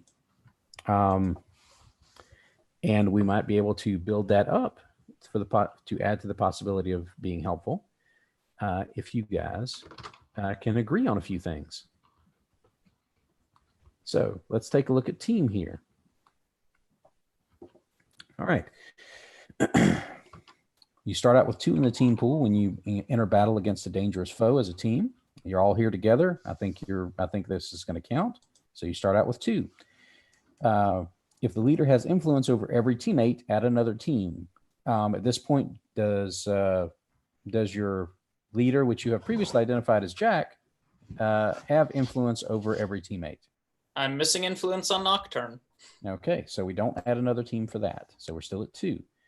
Does everyone have the same purpose in this fight? Jack, as the team leader, you can declare your initial purpose. What is your purpose in the fight? Defend the crowd from whatever this thing is trying to do.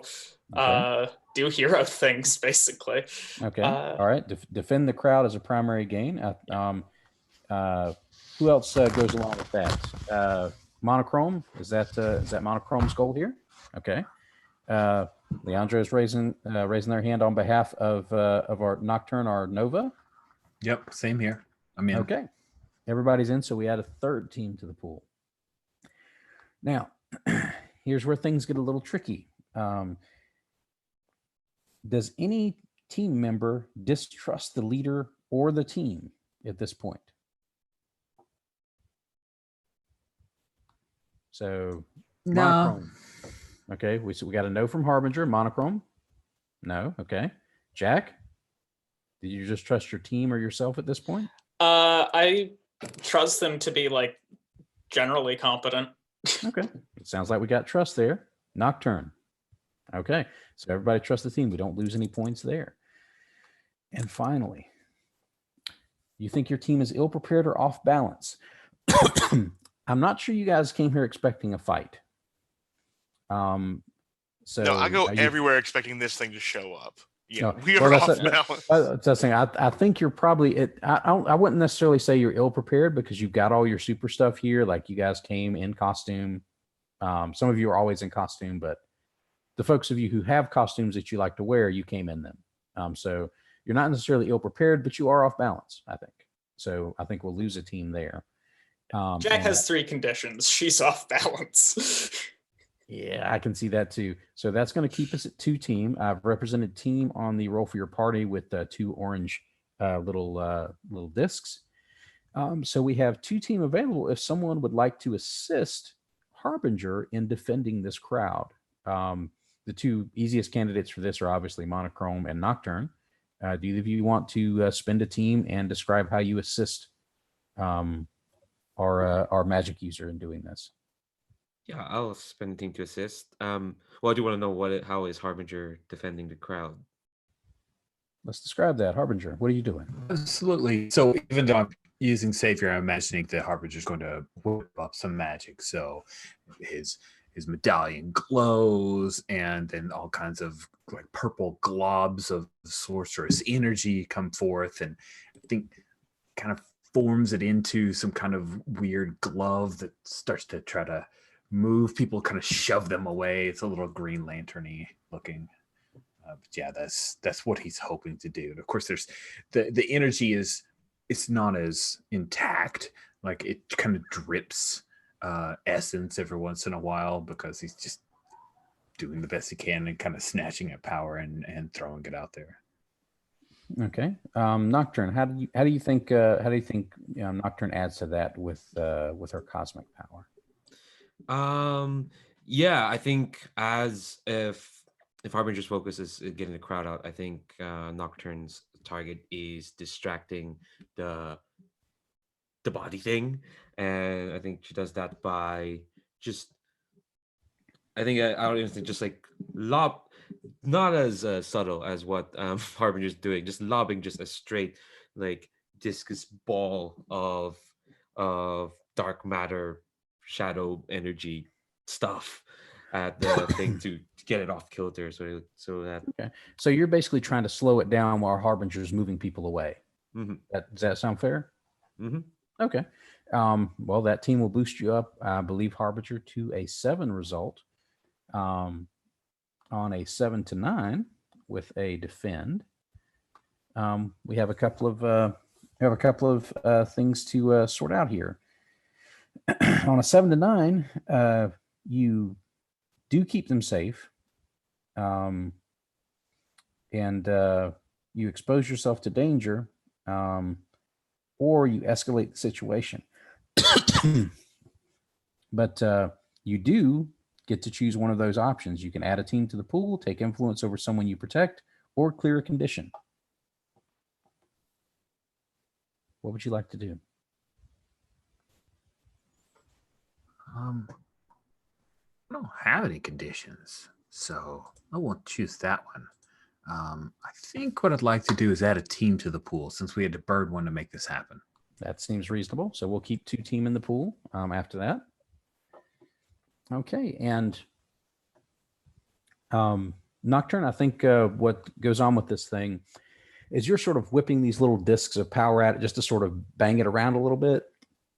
And that does sort of make it stagger a little bit because it's not expecting to have that level of opposition physically. It expected to just show up here and basically tear this place down. It didn't think it was going to have to get into a battle with a bunch of superheroes here. So it staggers a little bit, caught off guard. But then I think like that allows Harbinger to sort of move everybody away from it and out from in front of this thing. But it's pushing forward here. And I think what happens to escalate this situation is the head yells, "All right, if you're gonna bring a bunch of your friends, then maybe I can bring in mine." And that mouth opens up again, and you see this figure step out of the mouth. And I'm going to see if I can get this one to work as a share. Let me see if the share function will work for this guy. If I can actually like make this work. Nope, so we're just going to have to do the full screen share again. So I apologize in advance, but can you see this guy? Okay.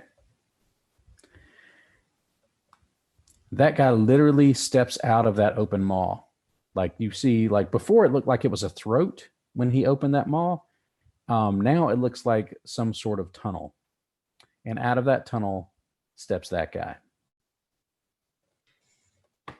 I think I throw a look at Buttercomb and say, like, are these guys original enough for you?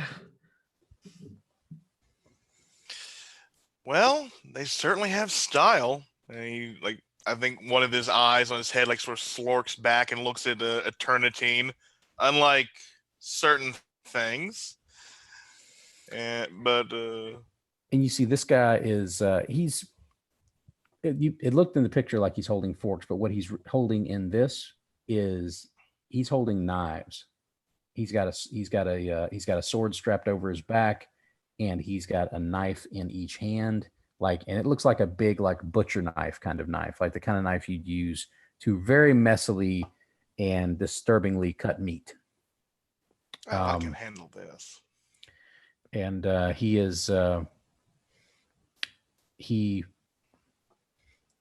you see him come in, and he like adjusts his hat a little bit, and he smiles. And when he smiles, you see like row upon row of like shark's teeth in his mouth, just like sort of just that many teeth shouldn't be able to fit into that head. But when he smiles, it literally looks like you're looking at a great white shark's mouth on like a human-sized head. It's got this sort of like reality warp to it almost.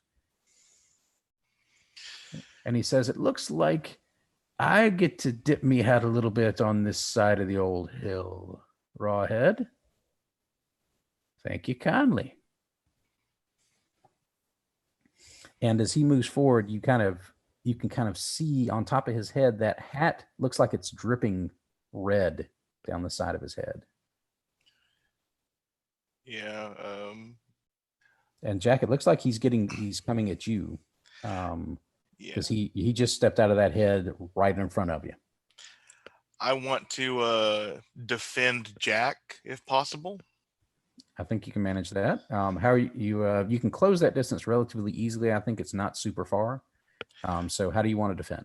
I think Haroon just begins melting really quick, and it's like a really quick just spasm of almost liquid lightning rushing towards Jack, and he creates this semi wall in front of her where he just becomes a living shield and prepares for this thing to try and cut into him. Pretty sure that he's going to be able to weather the blows. Okay. Give me a defend roll plus savior, unless you have some stat that would affect that. Nope. Or Glad I some move, boosted sorry. savior last time. Okay. Woo, that is a 12. All right. You defend the bejesus out of Jack in this particular circumstance. So you don't escalate the threat at all. You get to choose one out of that thing. You can take influence over someone you protect. You can clear a condition, or you can add a team to the pool. I will clear a condition. All right. Which condition are you choosing to clear? Guilty. Ah, good. I think that works. You've put yourself on the line for a friend. I think that works. I think that makes sense to clear guilty. Okay. All All right, so we're moving back around. I think Jack, you see Monochrome like throw themselves in front of you here. That thing looks like it was going to try and take a couple of swings at you with those knives, and it it tries, but Monochrome's in the way, and knives don't really work that well on Monochrome. So that thing sort of just sort of hacking away at a big gob of goo, and it's kind of it would be kind of funny looking if that thing wasn't so damn terrifying and close still. Yeah. I think she says kind of under her breath, probably like barely audible to Monochrome. I don't know how like, ears work on him, but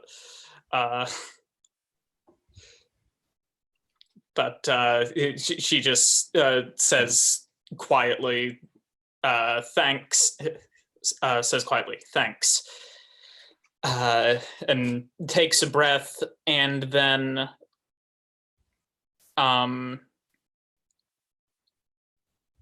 you got this one, right? I can handle the bitey fairy. All right. I'm going for Skull. I can't come up with a funny nickname right now. You could just call him Rawhead. I mean, no. That's what Jack is saying. Oh, you're literally saying that. Yeah. I'm going after the skull. And then I think she does, her super leap again over Harun and over the orc guy. Is trying to basically come down on Rawhead. Okay, like are you going to like physically like stomp on him? Are you going to like be blasting them with your electromagnetic fields, like hitting them with like lightning, or what do you think? What form do you think? It sounds like a directly engage a threat. Yeah. So how are you giving them the whammy? So what I think it is like in the same way that she's able to like leap using electromagnetic force, she can like surround a fist or something like with that same sort of current and that same sort of force. And I mean, basically it amounts to a super punch, but not even really making contact necessarily. But it's used as like a focus for, just basically you're doing like devastating impact of, yeah. So like a kind of like you're using your fist as a focus, but really this is like an invisible woman, like force field projection attack kind of thing. A little, yeah. Okay.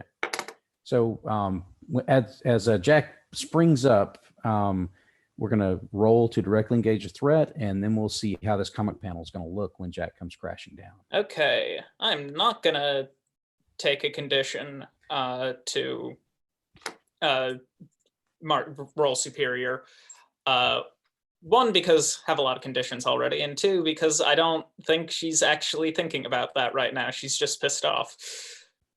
So I will roll at mine. Yeah, roll at -1. Okay. That's 3. Okay. There's not really a way for anybody to help out. So I think what happens is this thing strangely seems to have a lot more physical presence than it should for its size, and I think that throws off your attack. Like you come up and you feel the force field like crash down, and you can feel the impact, like it hit hard. But this skull thing is made of some seriously otherworldly stuff, for lack of a better word. And it feels like it's still supported by like a fully functioning like body underneath it. Like it just, you impact it and you just sort of land on top of it with this force field. And it just sort of like, it ducks a little, like it felt the impact, but it's like you hit something that was braced for impact. And I think the backlash from that, because you weren't expecting it to just sort of take it, I think the backlash from that is going to cause you to have to take a powerful blow from the feedback here. Yeah. So would you say that this is someone with far greater power than me? I would think so. Yes, it seems that's what it seems like here. Because for the advance I had just gotten for rolling a 0, I took the legacy move, Never Give Up, Never Surrender. When you take a powerful blow from someone with far greater power, then you use this move instead of the basic move. Okay, roll it. I roll plus Savior. So I do want to actually roll high for this one. But I have good save here. That's a 6, but I mean, team would bring that up to a 7. Well, if someone wanted to help me out, or I can spend it selfishly. Well, I think there are a couple of people who are in a position that have pretty much all members of the team. Like Monochrome is close enough to directly physically help, I think. Nocturne and Harbinger both have long range powers that can conceivably offer you some assistance. So who would like to throw in on this one?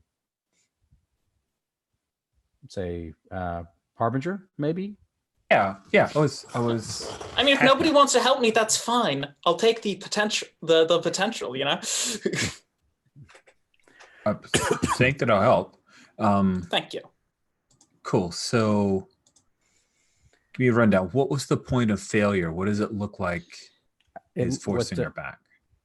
It looks like this thing has is still supported. You're guessing it's supported by some sort of equivalent to telekinesis, maybe. Or levitation, like the head can independently move and act without a body, like it's floating there and it's moving and talking, etc.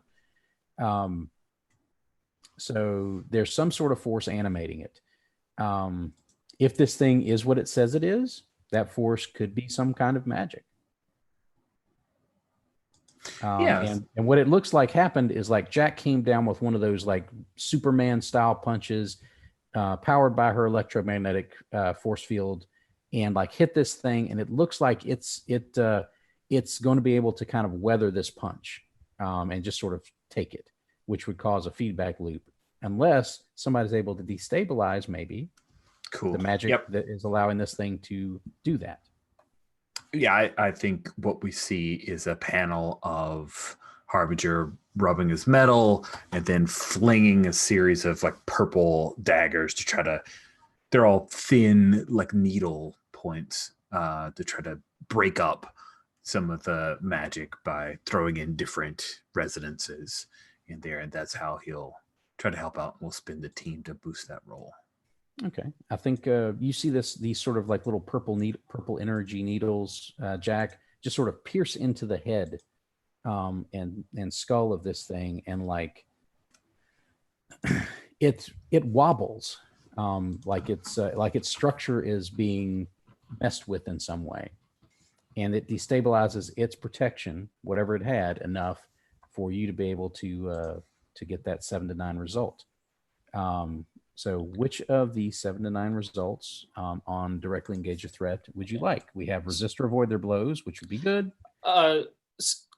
So this is for take a powerful blow, or never give up, never surrender. Though, that's right. You had done the instead of the take a powerful blow. So this gives you your never. Okay, describe to me what your 7 to 9 result is for your move there. Sorry.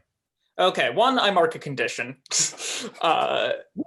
But okay, so the choices are: you get an opportunity or opening against your attacker, you rally from the hit, it inspires the team, add 1 team to the pool, you keep your attacker's attention. I think I'm going to choose get an opportunity or opening against my attacker. I think that makes a lot of sense. Do you think I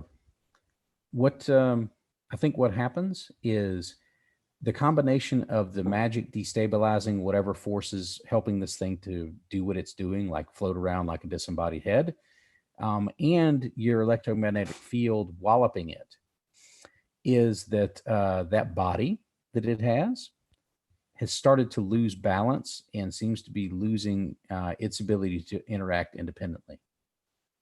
Like you see like that sort of that giant body just sort of stagger a little and wobble. like its legs aren't working the way it's supposed to, and its center of balance has suddenly gone wonky on it. And so that there's an open opportunity there for someone to maybe take a serious crack at at that hulking body before it manages to get to the storefront and maybe wreak havoc on the structure of this building. Yeah, I'll take a crack at it. But before I do that, I think since everyone's focused on the brouhaha around the head, I think should have done what I should do something I should have done at the start, which was to charge up. And Yes. Yeah. Sorry, and that was my fault. I should have thrown that to you at the beginning. no, that's fine. So I think what this looks like is like Nocturne's eyes just kind of look like they overflow with darkness. Um, so it's like just wasps with like power coming out of her eyes. Good thing her teammates aren't noticing that at the moment. Roll plus conditions. That is a 9. So on a 7 to 9, on a hit, I hold tree burn, and on a 9 minus, I mark a condition. So I'm going full goth, Nova goth for sure. I think I'm going to mark guilty. Should I mark guilty? Yeah, I think I'm going to mark guilty because I'm doing something that made my mom flinch. But feck it, their people need to be saved. It's a creepy zombie, no, not zombie, creepy demon thing. So I think I'm just gonna take a crack of it. I think what this looks like is as his body's kind of flailing. I think this isn't. I'm not gonna use one of my flares at the moment, mainly because my danger and my freak are the same. So there's no point in using Reality Storm. So I think what this looks like is just gonna be the simple application of force. What's gonna happen is Nocturne kind of like focuses, puts their hand out, and like these thin threads of darkness kind of like start blossoming out of her, and I think they're like needles, and they kind of just shoot at the headless body as it's flailing. Okay. And you're not using your Nova flares, you're just trying to directly engage a threat here. Is that Yeah. is that right? Okay. Yeah. Then let's roll directly engage a threat. Plus danger, unless you have a move that alters it.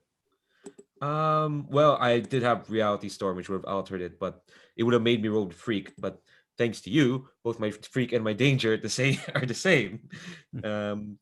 So I rolled. Let's see, I rolled 5 plus 2. That's a 7. Which option are you choosing here?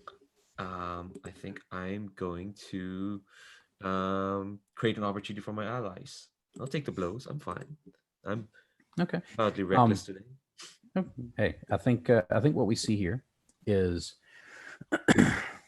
you pull that power in and you like send these sort of streaking bolts of energy out, and they just sort of slam into just various points on the limbs of this thing as they're flopping around seemingly aimlessly. And it looks like you seriously like interfere with this thing's structure. Like it looks like it's sort of tattering a little bit. You're messing up the suit. You can see some of the bones inside this thing's suit broken after you blast it. But the downside of this is you've given it an immediate target as opposed to a general target. Like it had been stalking toward the crowd, and the crowd was dispersed by Harbinger's action. And so it had lost its existing target and was a little unfocused. It was just sort of still heading towards the store, but now it is focused, and it flails one of these sort of abnormally long arms at you, and it is going to try and basically just wallop you with one of these like long bony claw arms. So I think you're going to need to try and take a powerful blow here, unless you have a move that allows you to avoid that. No, I'll take it. I'll take it. As long as it's not aiming at the crowd.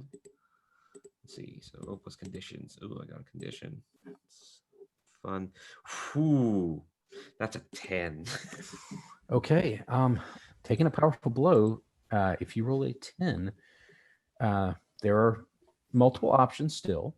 You can either remove yourself from the situation, flee, pass out, etc. You can lose control of yourself or your powers in a terrible way, or you can choose two options from the 7 and 9 list. I mean, as much fun as this to. Oh, I see shaking heads. They don't want me to lose control right now. No, no.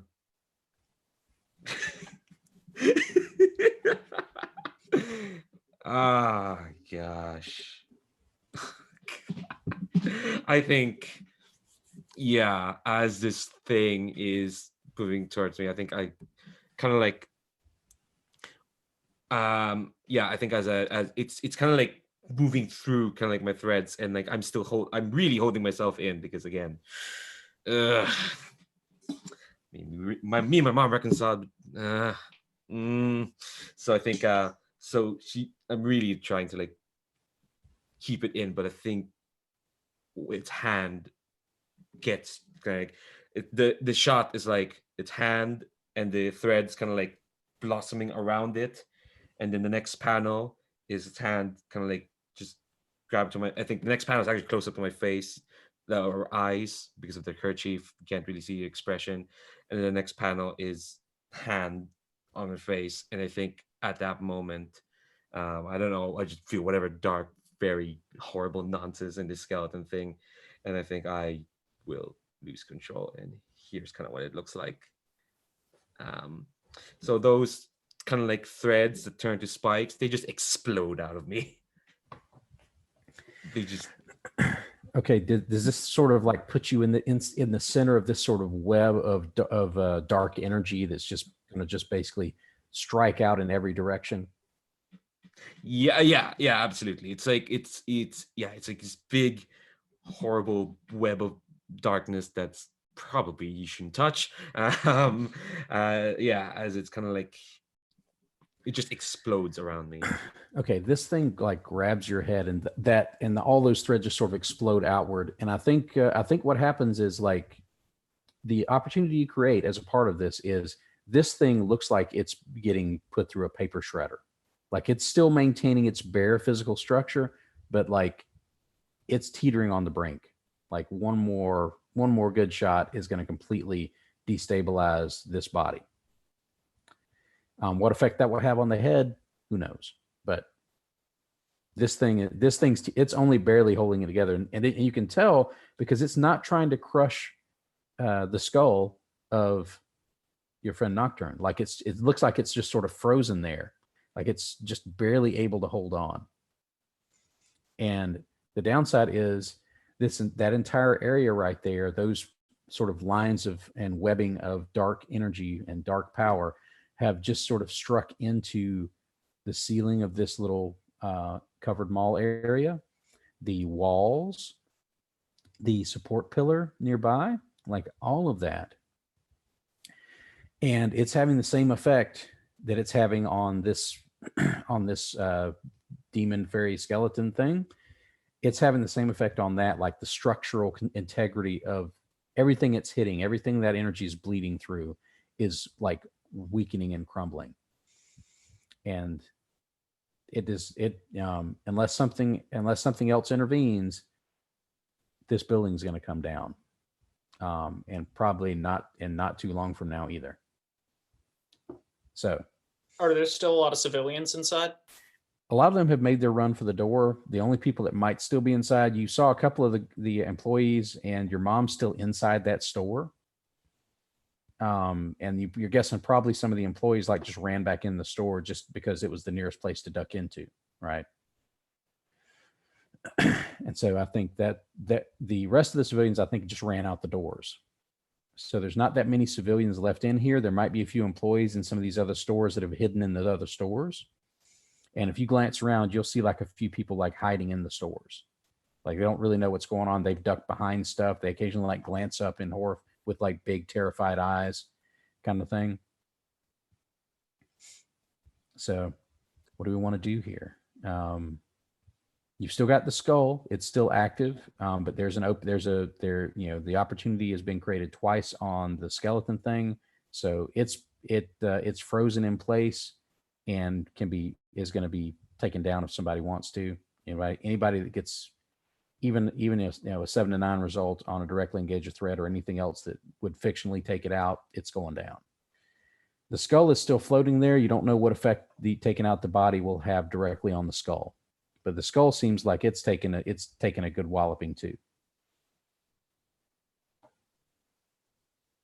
So yeah, I think I'm going to take the threat down. Hopefully, these guys are going to form up to protect people. Like I really see this opening, and so I'm going to snatch it.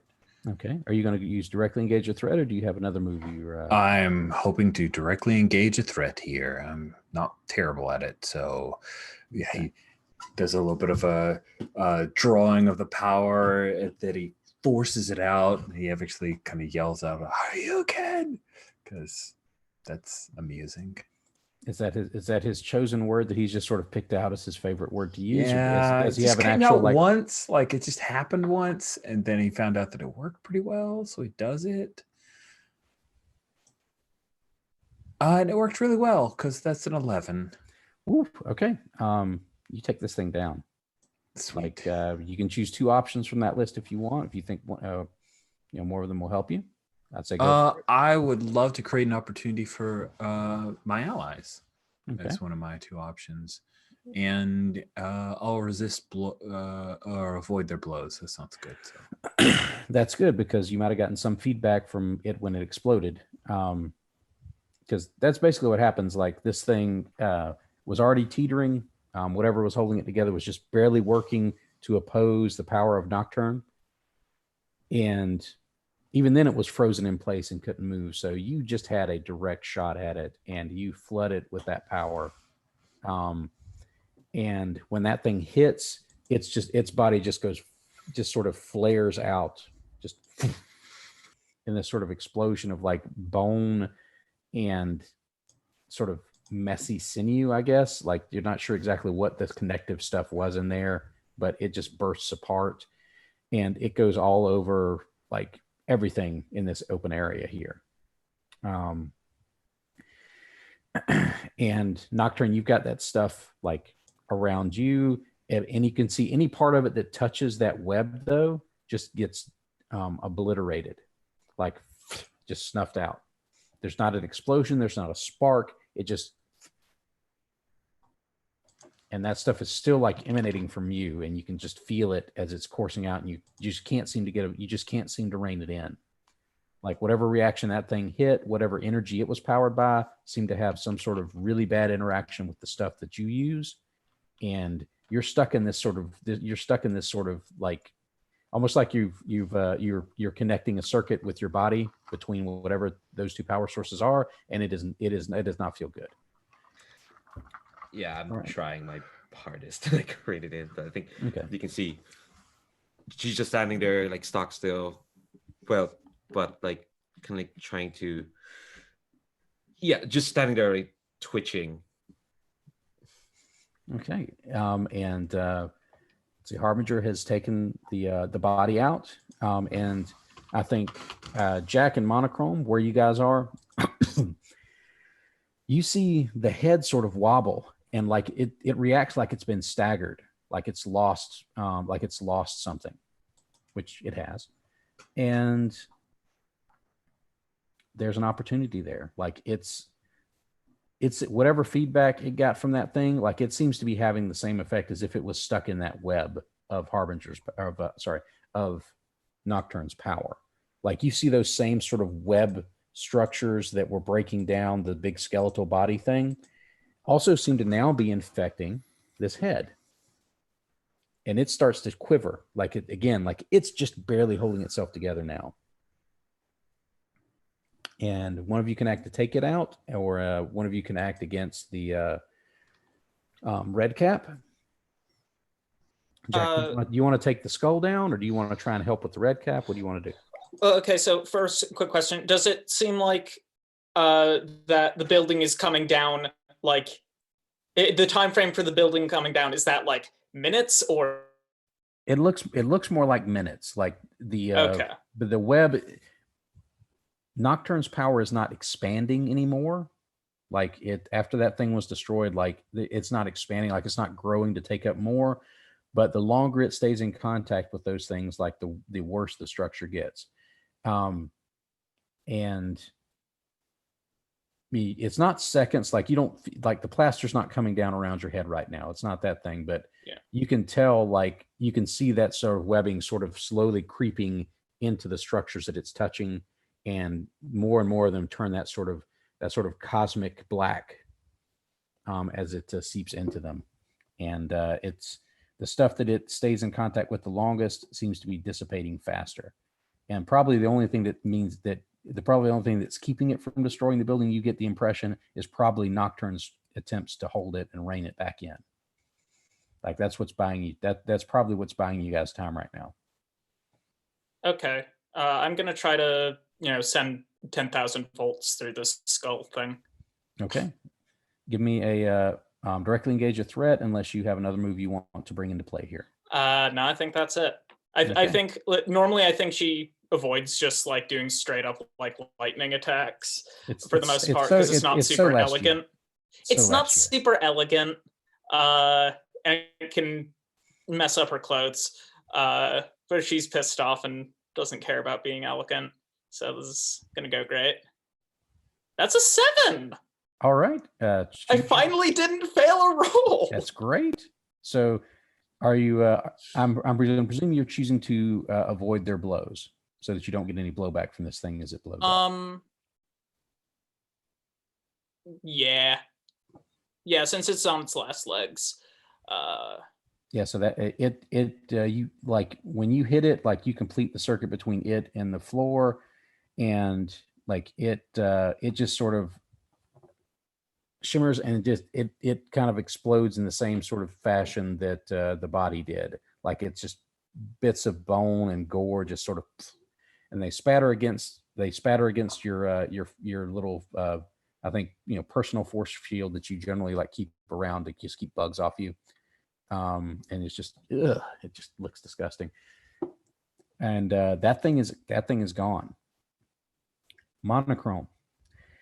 This thing has tried to hack at you with those knives and has realized that that's not working. So it's pressing. It's pulled back, and it sort of sheathes those knives in the front of its little sort of it's wearing like a leather butcher apron. Yeah, basically it's like a thick leather, like almost like a boiled leather cuirass kind of butcher apron, and it like puts those two knives in the front sheaths of that apron, and it pulls out the sword. And he's coming at you with the sword now. That sword, it looks a lot different than the knives. It's not a meat cutting sword. It's a like sword that this thing just looks like a magical sword. Like you get that impression, like it's way too. It looks old. It looks rusty. It looks messed up, but it's still together, and he's swinging it like it means something. This is obviously a magic sword. Yeah, I'm going to try, and I will use my move to attack him horrifically or terrifyingly.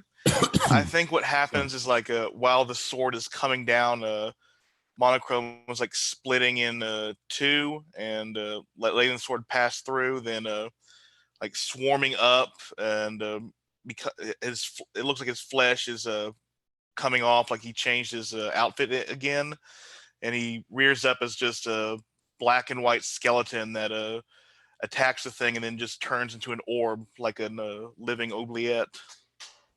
Ooh. So you're basically like stuffing him in an Iron Maiden made of you. Yes. Okay. And then like constricting as hard as I can. Okay.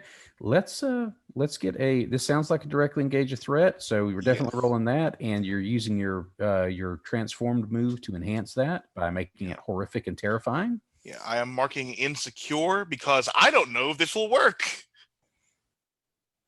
This is magic. You hate magic. Oh, that is a 10. Okay. It does work. I think what happens here, you can tell me which options you want to choose out of there, and we'll kind of build the fiction based on the options you choose here. I resist or avoid their blows. I take their magic sword from them, and I frighten the opposition. Okay. Let's see. What I think you're choosing. Because of my move, I marked a condition and choose. Oh, that's right. You get to choose one extra. I'd forgotten that part of that move. Oh, that's awesome. Okay, so I think when you envelop this thing, what you do is you perfectly like envelop it to the point where it loses its grip on the sword. Like you just blorb the sword out of you. Like you envelop its hand up to the point where it had the sword in it, and then you just push the sword out, and so it clatters to the ground outside of your little oubliette self here, and you just clamp this thing down, and it howls inside. Like you can hear it, and all of you can hear it too. Like this thing just howls in there, and I think it is shrieking in pain, and it is shrieking in horror. Like it has not encountered anything like monochrome before. So it's still like squirming in there. But like its knives can't really do much to you, and you're holding it. So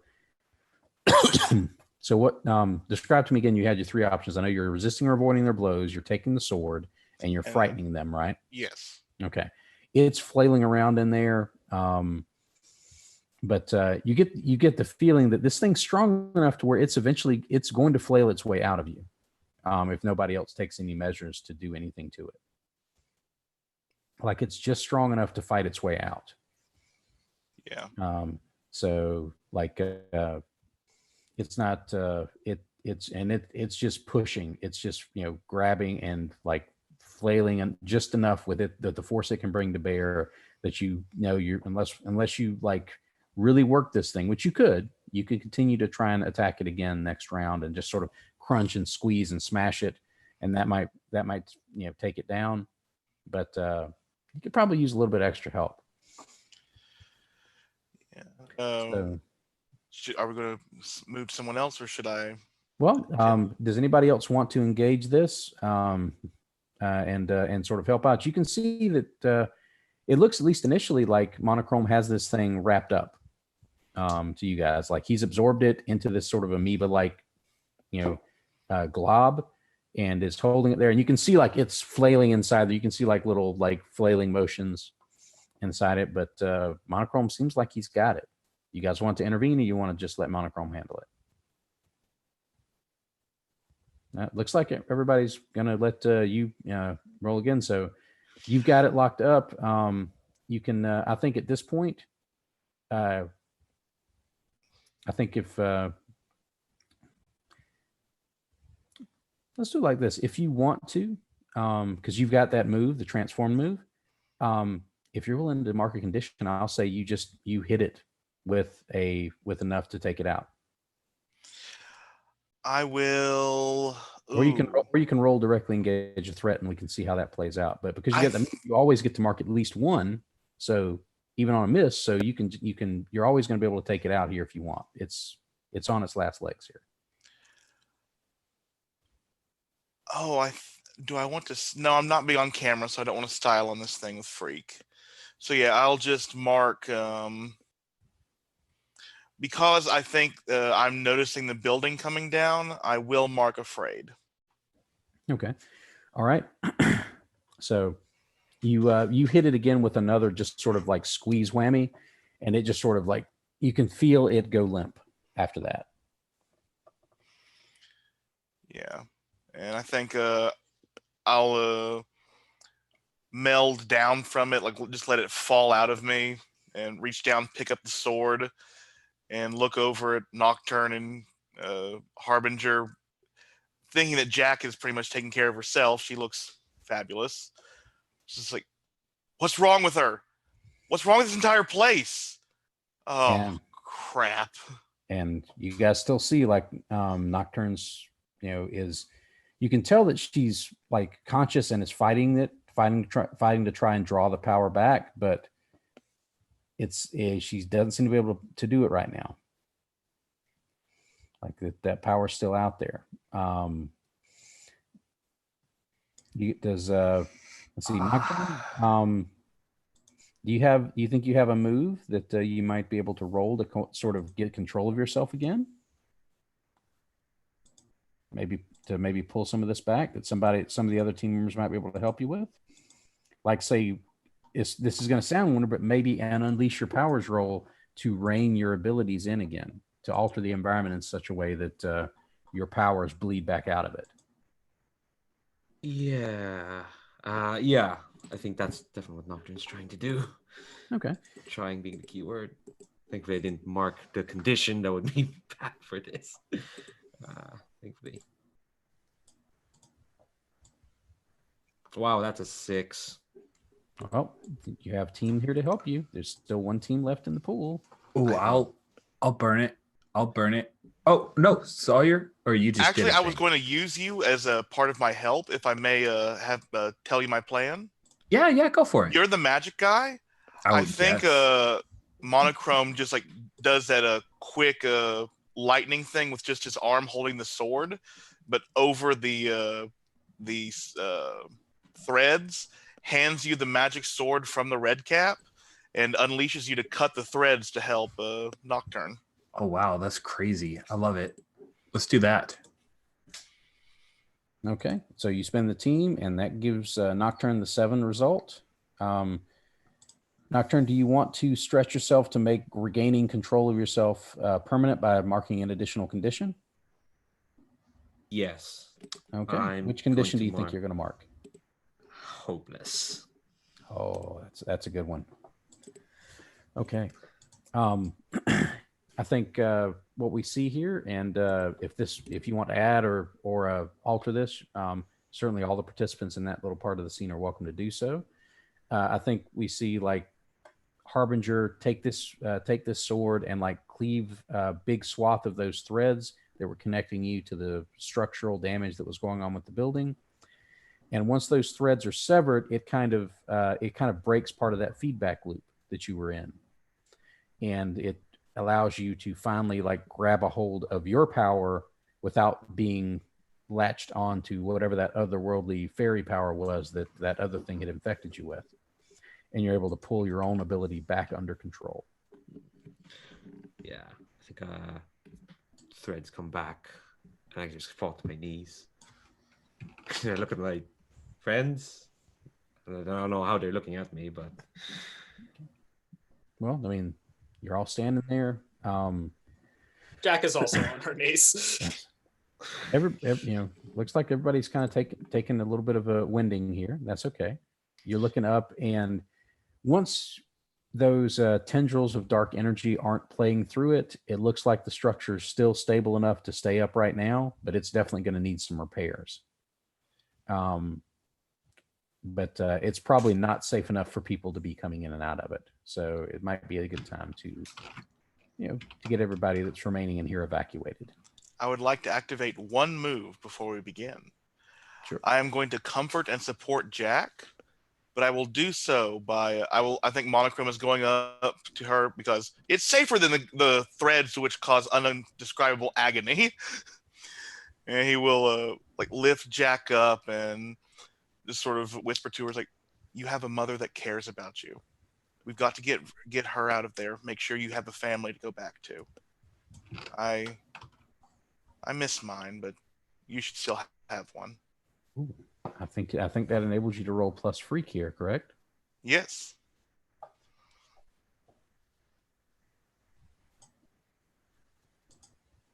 Oh, that is a 6.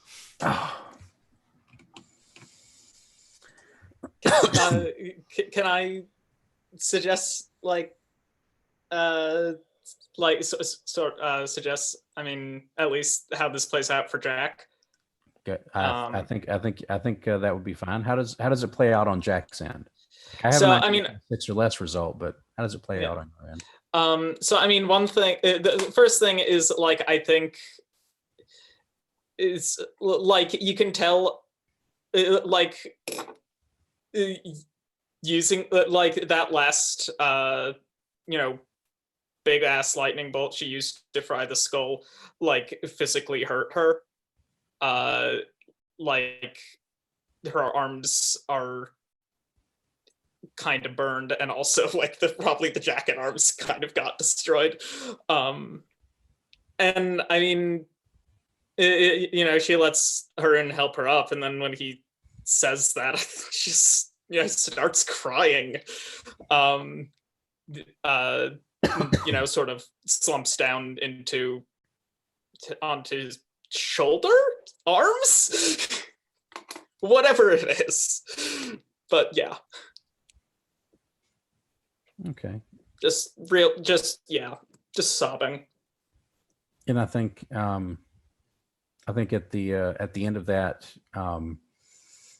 we see staggering out of Eternitine. You see the assistant manager yelling, "Can we get a doctor over here? We need a doctor. I think she's having some sort of panic attack or something." And back behind that curtain, Jack, you see your mom like laying on the floor, like holding their chest, like sort of clutching like this, and you're not sure what's going on, but that's the tableau we see with the closing panel of this issue.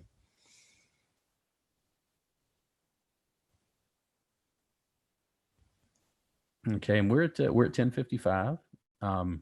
I'd like to move into our end of session moves here, and then if everybody has time, do some quick stars and wishes to see kind of what people might want to see in our wind up session for next week. Does everybody think they might have a few extra minutes past 11 to kind of get into that part? Okay.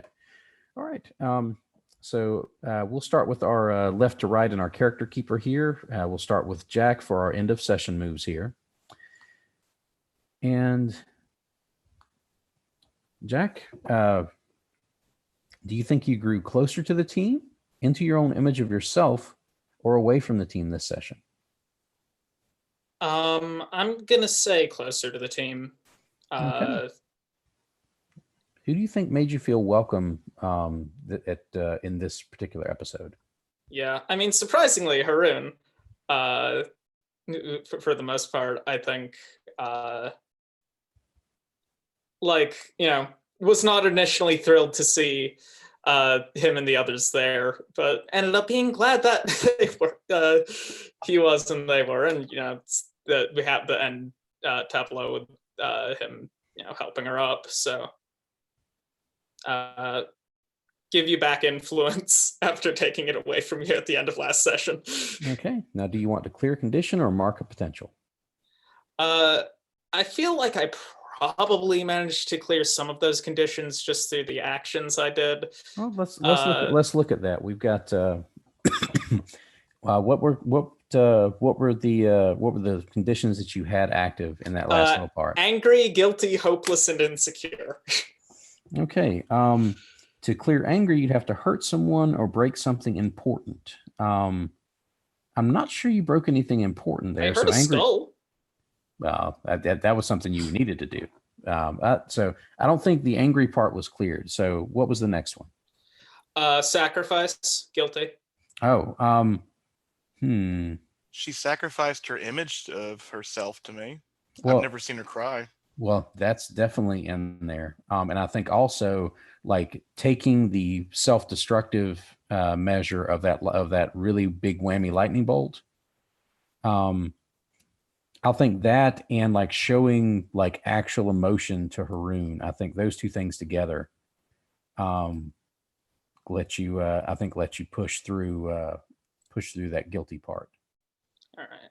So I can definitely see those two things building together to sort of like you've revealed way more of yourself than I think you would normally have been comfortable doing. And for Jack, I think that's a bit of a sacrifice. Yeah.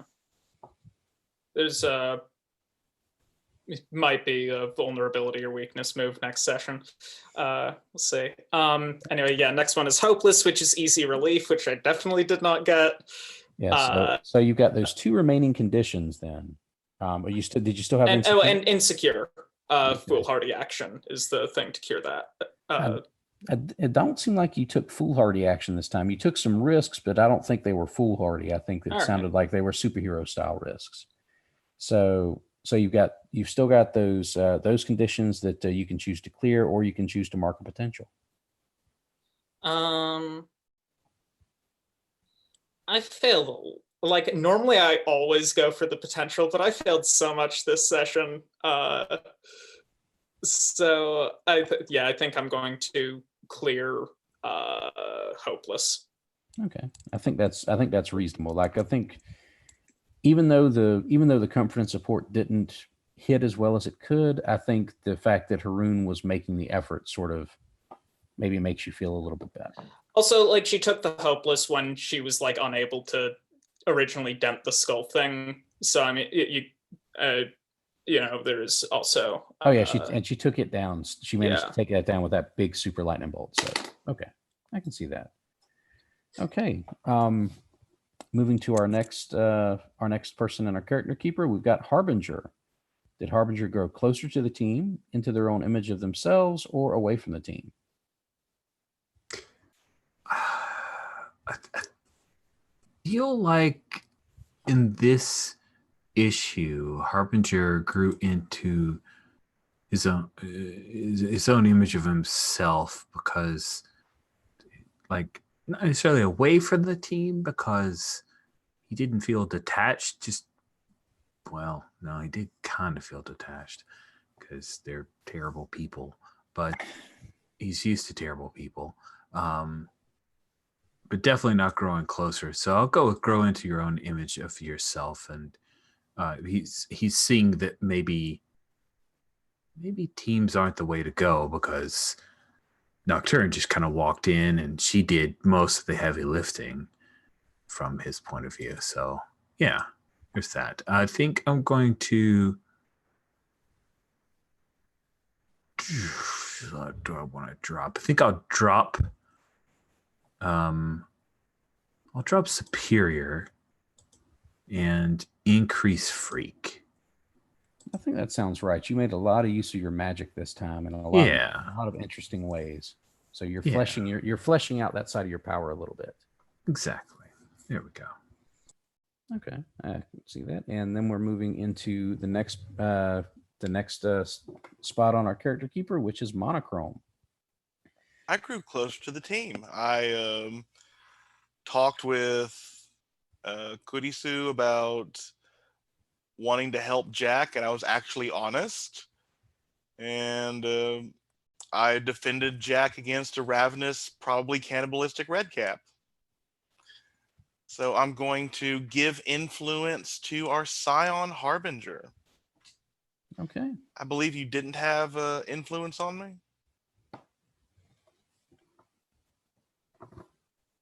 Rich?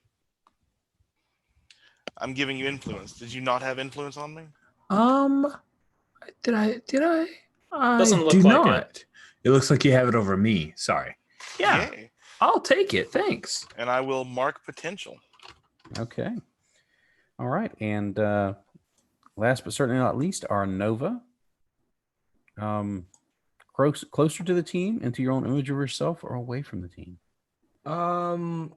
I don't think it's away. I think the team was quite nice. Tried to help me out a lot. Tried to help them out quite a bit. But I think I'm going to my own image of myself, which is a threat, an unstable threat. Okay. Do you think you're upping? Do you think you're upping danger or freak there? I'm gonna follow what my mom thinks and up danger, boost mundane down again. It could also be, you could also lower superior in that respect, like you're thinking maybe a little less of yourself. Yeah, but I think I don't blame myself. I blame whatever this defect in my soul is. It's not my fault. Like just not normal. Okay, I think that makes sense. I'm down with that. Okay. Now if everybody's got time, just I'd like to hear some. Just I'd like to hear some. I kind of reverse the normal order. I like to hear wishes first. Kind of let me know kind of what things you want to jump into in our last big hurrah for this particular series. Um, we'll start. We'll go in reverse order here, and we'll come to Nocturne. Leandro, what do you think? If you're able to jump into the next session, what would you like to see for Nocturne or for anybody else, really? Well, for me, I would like to be able to play next session, but if not, I mean, this is a shared setting. Nocturne can totally come back in the future. If I did, I I knew exactly who her long lost sister is, and I was gonna try and figure out a way to reveal it. I might save it then for next time. I would like if I'm around next week, I'd like a chance to like put it on screen. Um, for Wish for anybody else, I want to see Harbinger's dad. I think that's the main one. Like, I would like to see him on screen. I don't know if he showed up in Gauntlet comics yet, but Yeah, he needs. Yeah, he's definitely. I think part of the things I want to bring in for that finale. Like, because Rex Midas is not going to be a bit player in anything. doesn't sound like it. But yeah, that's just my wishes. I mean, I'd love to be back, but we'll see. So if I think I can legit support like 5 players in that final session just to give everybody some closure, I'll see if I can do it.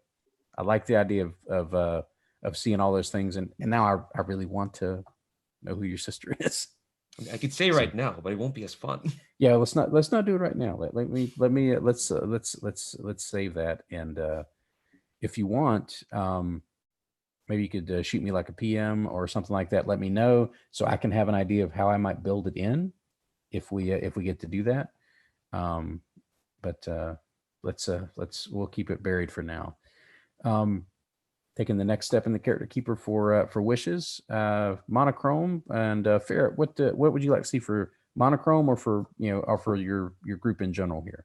I think monochrome is, as I planned, cracking from his facade of being too cool for school, and I want to keep that going.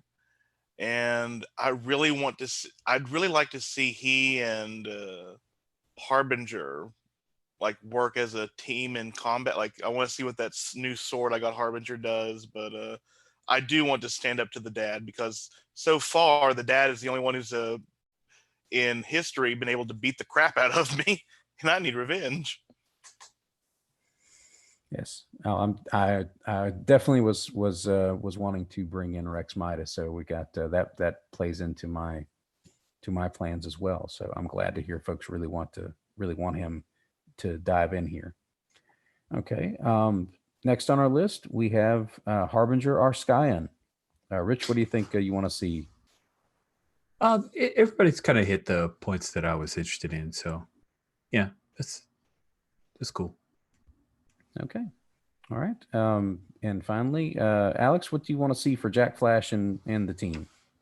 Well, yeah, I think my primary wish is for Leandro to be able to play next session. But besides that, yeah, I think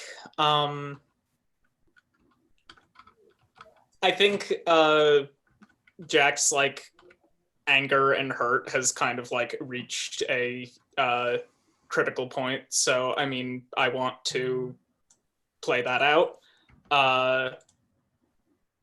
That also, like, I want more direct in interaction with the rest of the team, really, like Monochrome and Harbinger, and especially and Nocturne if we have her. Well, I'm gonna press and I'm gonna see if I can really work that out, because it would be really Yeah. cool to have everybody in to wrap up, Yeah. and get to see that all come together. But So I'm gonna push myself on that. So yeah, I like.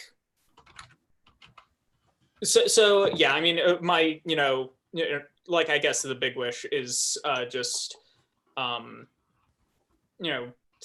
have Jack more like tightly intertwined with the other characters' situations. Okay. Stardom can be isolating, but well, I think we've got some fictional buildup for the other characters to be more involved with Jack now, especially after Monochrome, and you had that scene at the end. So I think that can be built in, and we've got some other things that we can pull together as well. And of course, everybody's going to hate Rex Midas, so that's going to bring everybody together. Oh yeah, especially if it's focused on Rex Midas and not like Jack being a celebrity. I think that'll make it easier. So okay, that kind of gives me kind of what some directions for me to go in for next time. And now, if anybody'd like to do stars, I think we'll sort of flip the order back and sort of route back through the sheet left to right. And I'll give you mine to start out with. Like, we had some great character moments this time. That's usually kind of what happens with masks. From what I've seen, is like the second session is kind of where people find the character beats and run with them. And I think I saw that here with everybody. I saw that Nocturne had that great scene with their mom. I thought that was really cool. I liked that sort of build up. Monochrome and Jack both had that sort of breakthrough moment where they both sort of let their mask fall a little bit, and sort of each of them got to see a little bit of the person underneath the Flash and underneath the Chrome, as it were. And I really enjoyed that part. I liked a lot of the crazy teamwork stuff you guys did against the bad guys this time. I like that. And I loved all of the little bits of magic and cosmic power that we got to see thrown around from the Skyen and the Nova. I thought that was really cool. I like the way you guys had worked on getting having your power sort of hum together, and I can't wait to see more of that. And I can't wait to see how Rex Midas comes in and ruins everything. So it's gonna be fun. Alex, what stars do you have? I mean, stars to everybody, obviously. But like, stars to Leandro for coming in last minute and being great as always. And also making a character that is eerily reminiscent of one of Jack's friends from the previous game she was in. Fun coincidence. Also a Nova with cosmic energies.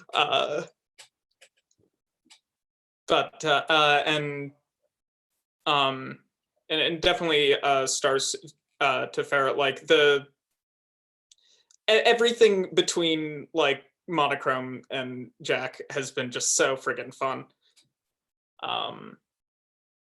And I also love seeing Monochrome be a little bit less of a bastard.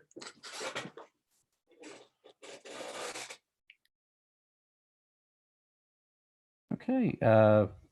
See, Rich, what stars do you have? I have to say I enjoyed a couple of different moments that Monochrome had. It was nice having Monochrome and Harbinger team up together. That was neat.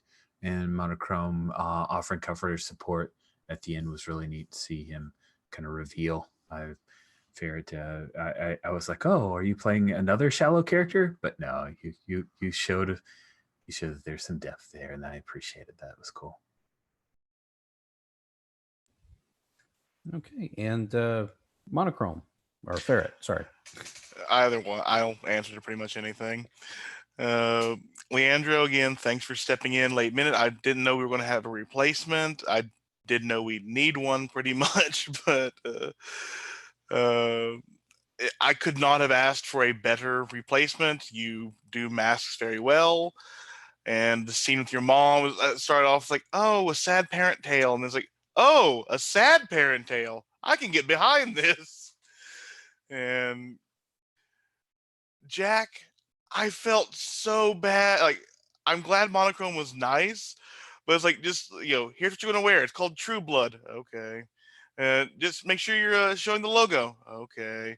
Like, don't forget they're going to give you new phones. Okay. It's like so sad. It's like watching a Barrymore, a Lohan go through stardom, and Rich, your scion is pure and noble and genteel, and I want to hug him and uh, just buy him a coffee and just talk because he looks like he's gonna like. There's got to be some dark fucking secrets in there.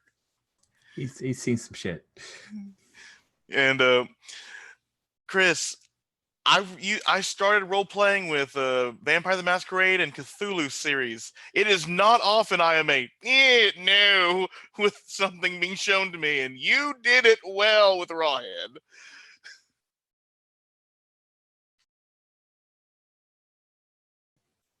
That I will say that finding that photo for Rawhead and Bloody Bones was a godsend, because most of the rest of them kind of looked either like too horrifying to be like legitimately disturbing. They were just horror, but that one had that sort of mix of like, look, there's like a sense of style there, and then there's a bloody skull. I thought that worked out so well, and I appreciate that that everybody liked it. And I'm glad somebody else had found and actually used that Red Cap cosplay for an actual Red Cap, which I enjoyed. Leandro, what stars do you have for this session? Big stars to everyone for just letting me slot in like this at the last minute. I was a bit worried that, like, 30 minutes before a game, is it okay if I just jump in? I didn't have to, but like, thanks folks for just making it easy. Wish I had more, but like, I do have to go to bed soon. So but I think I'll just echo what everyone said. These characters are really cool, and I mean, I don't want to push you, Chris, because if you don't want to run for 5, that's perfectly fine. Like, it's fine. Like, I figured I'd jump in and out, but if you're available, let's say I'm gonna push the 5. I want to see all of this stuff come out. I want to see how everybody gets to have their fun with Rex Midas, and how all of that's going to wrap up with the 2 sad mom stories we've got going right now. So I appreciate everybody being here. I appreciate how you threw it all on the table this session, and I look forward to our next session. I'm gonna stop the stream now. Good night, everybody. Glad to have you. Hope you watch the rest of the series.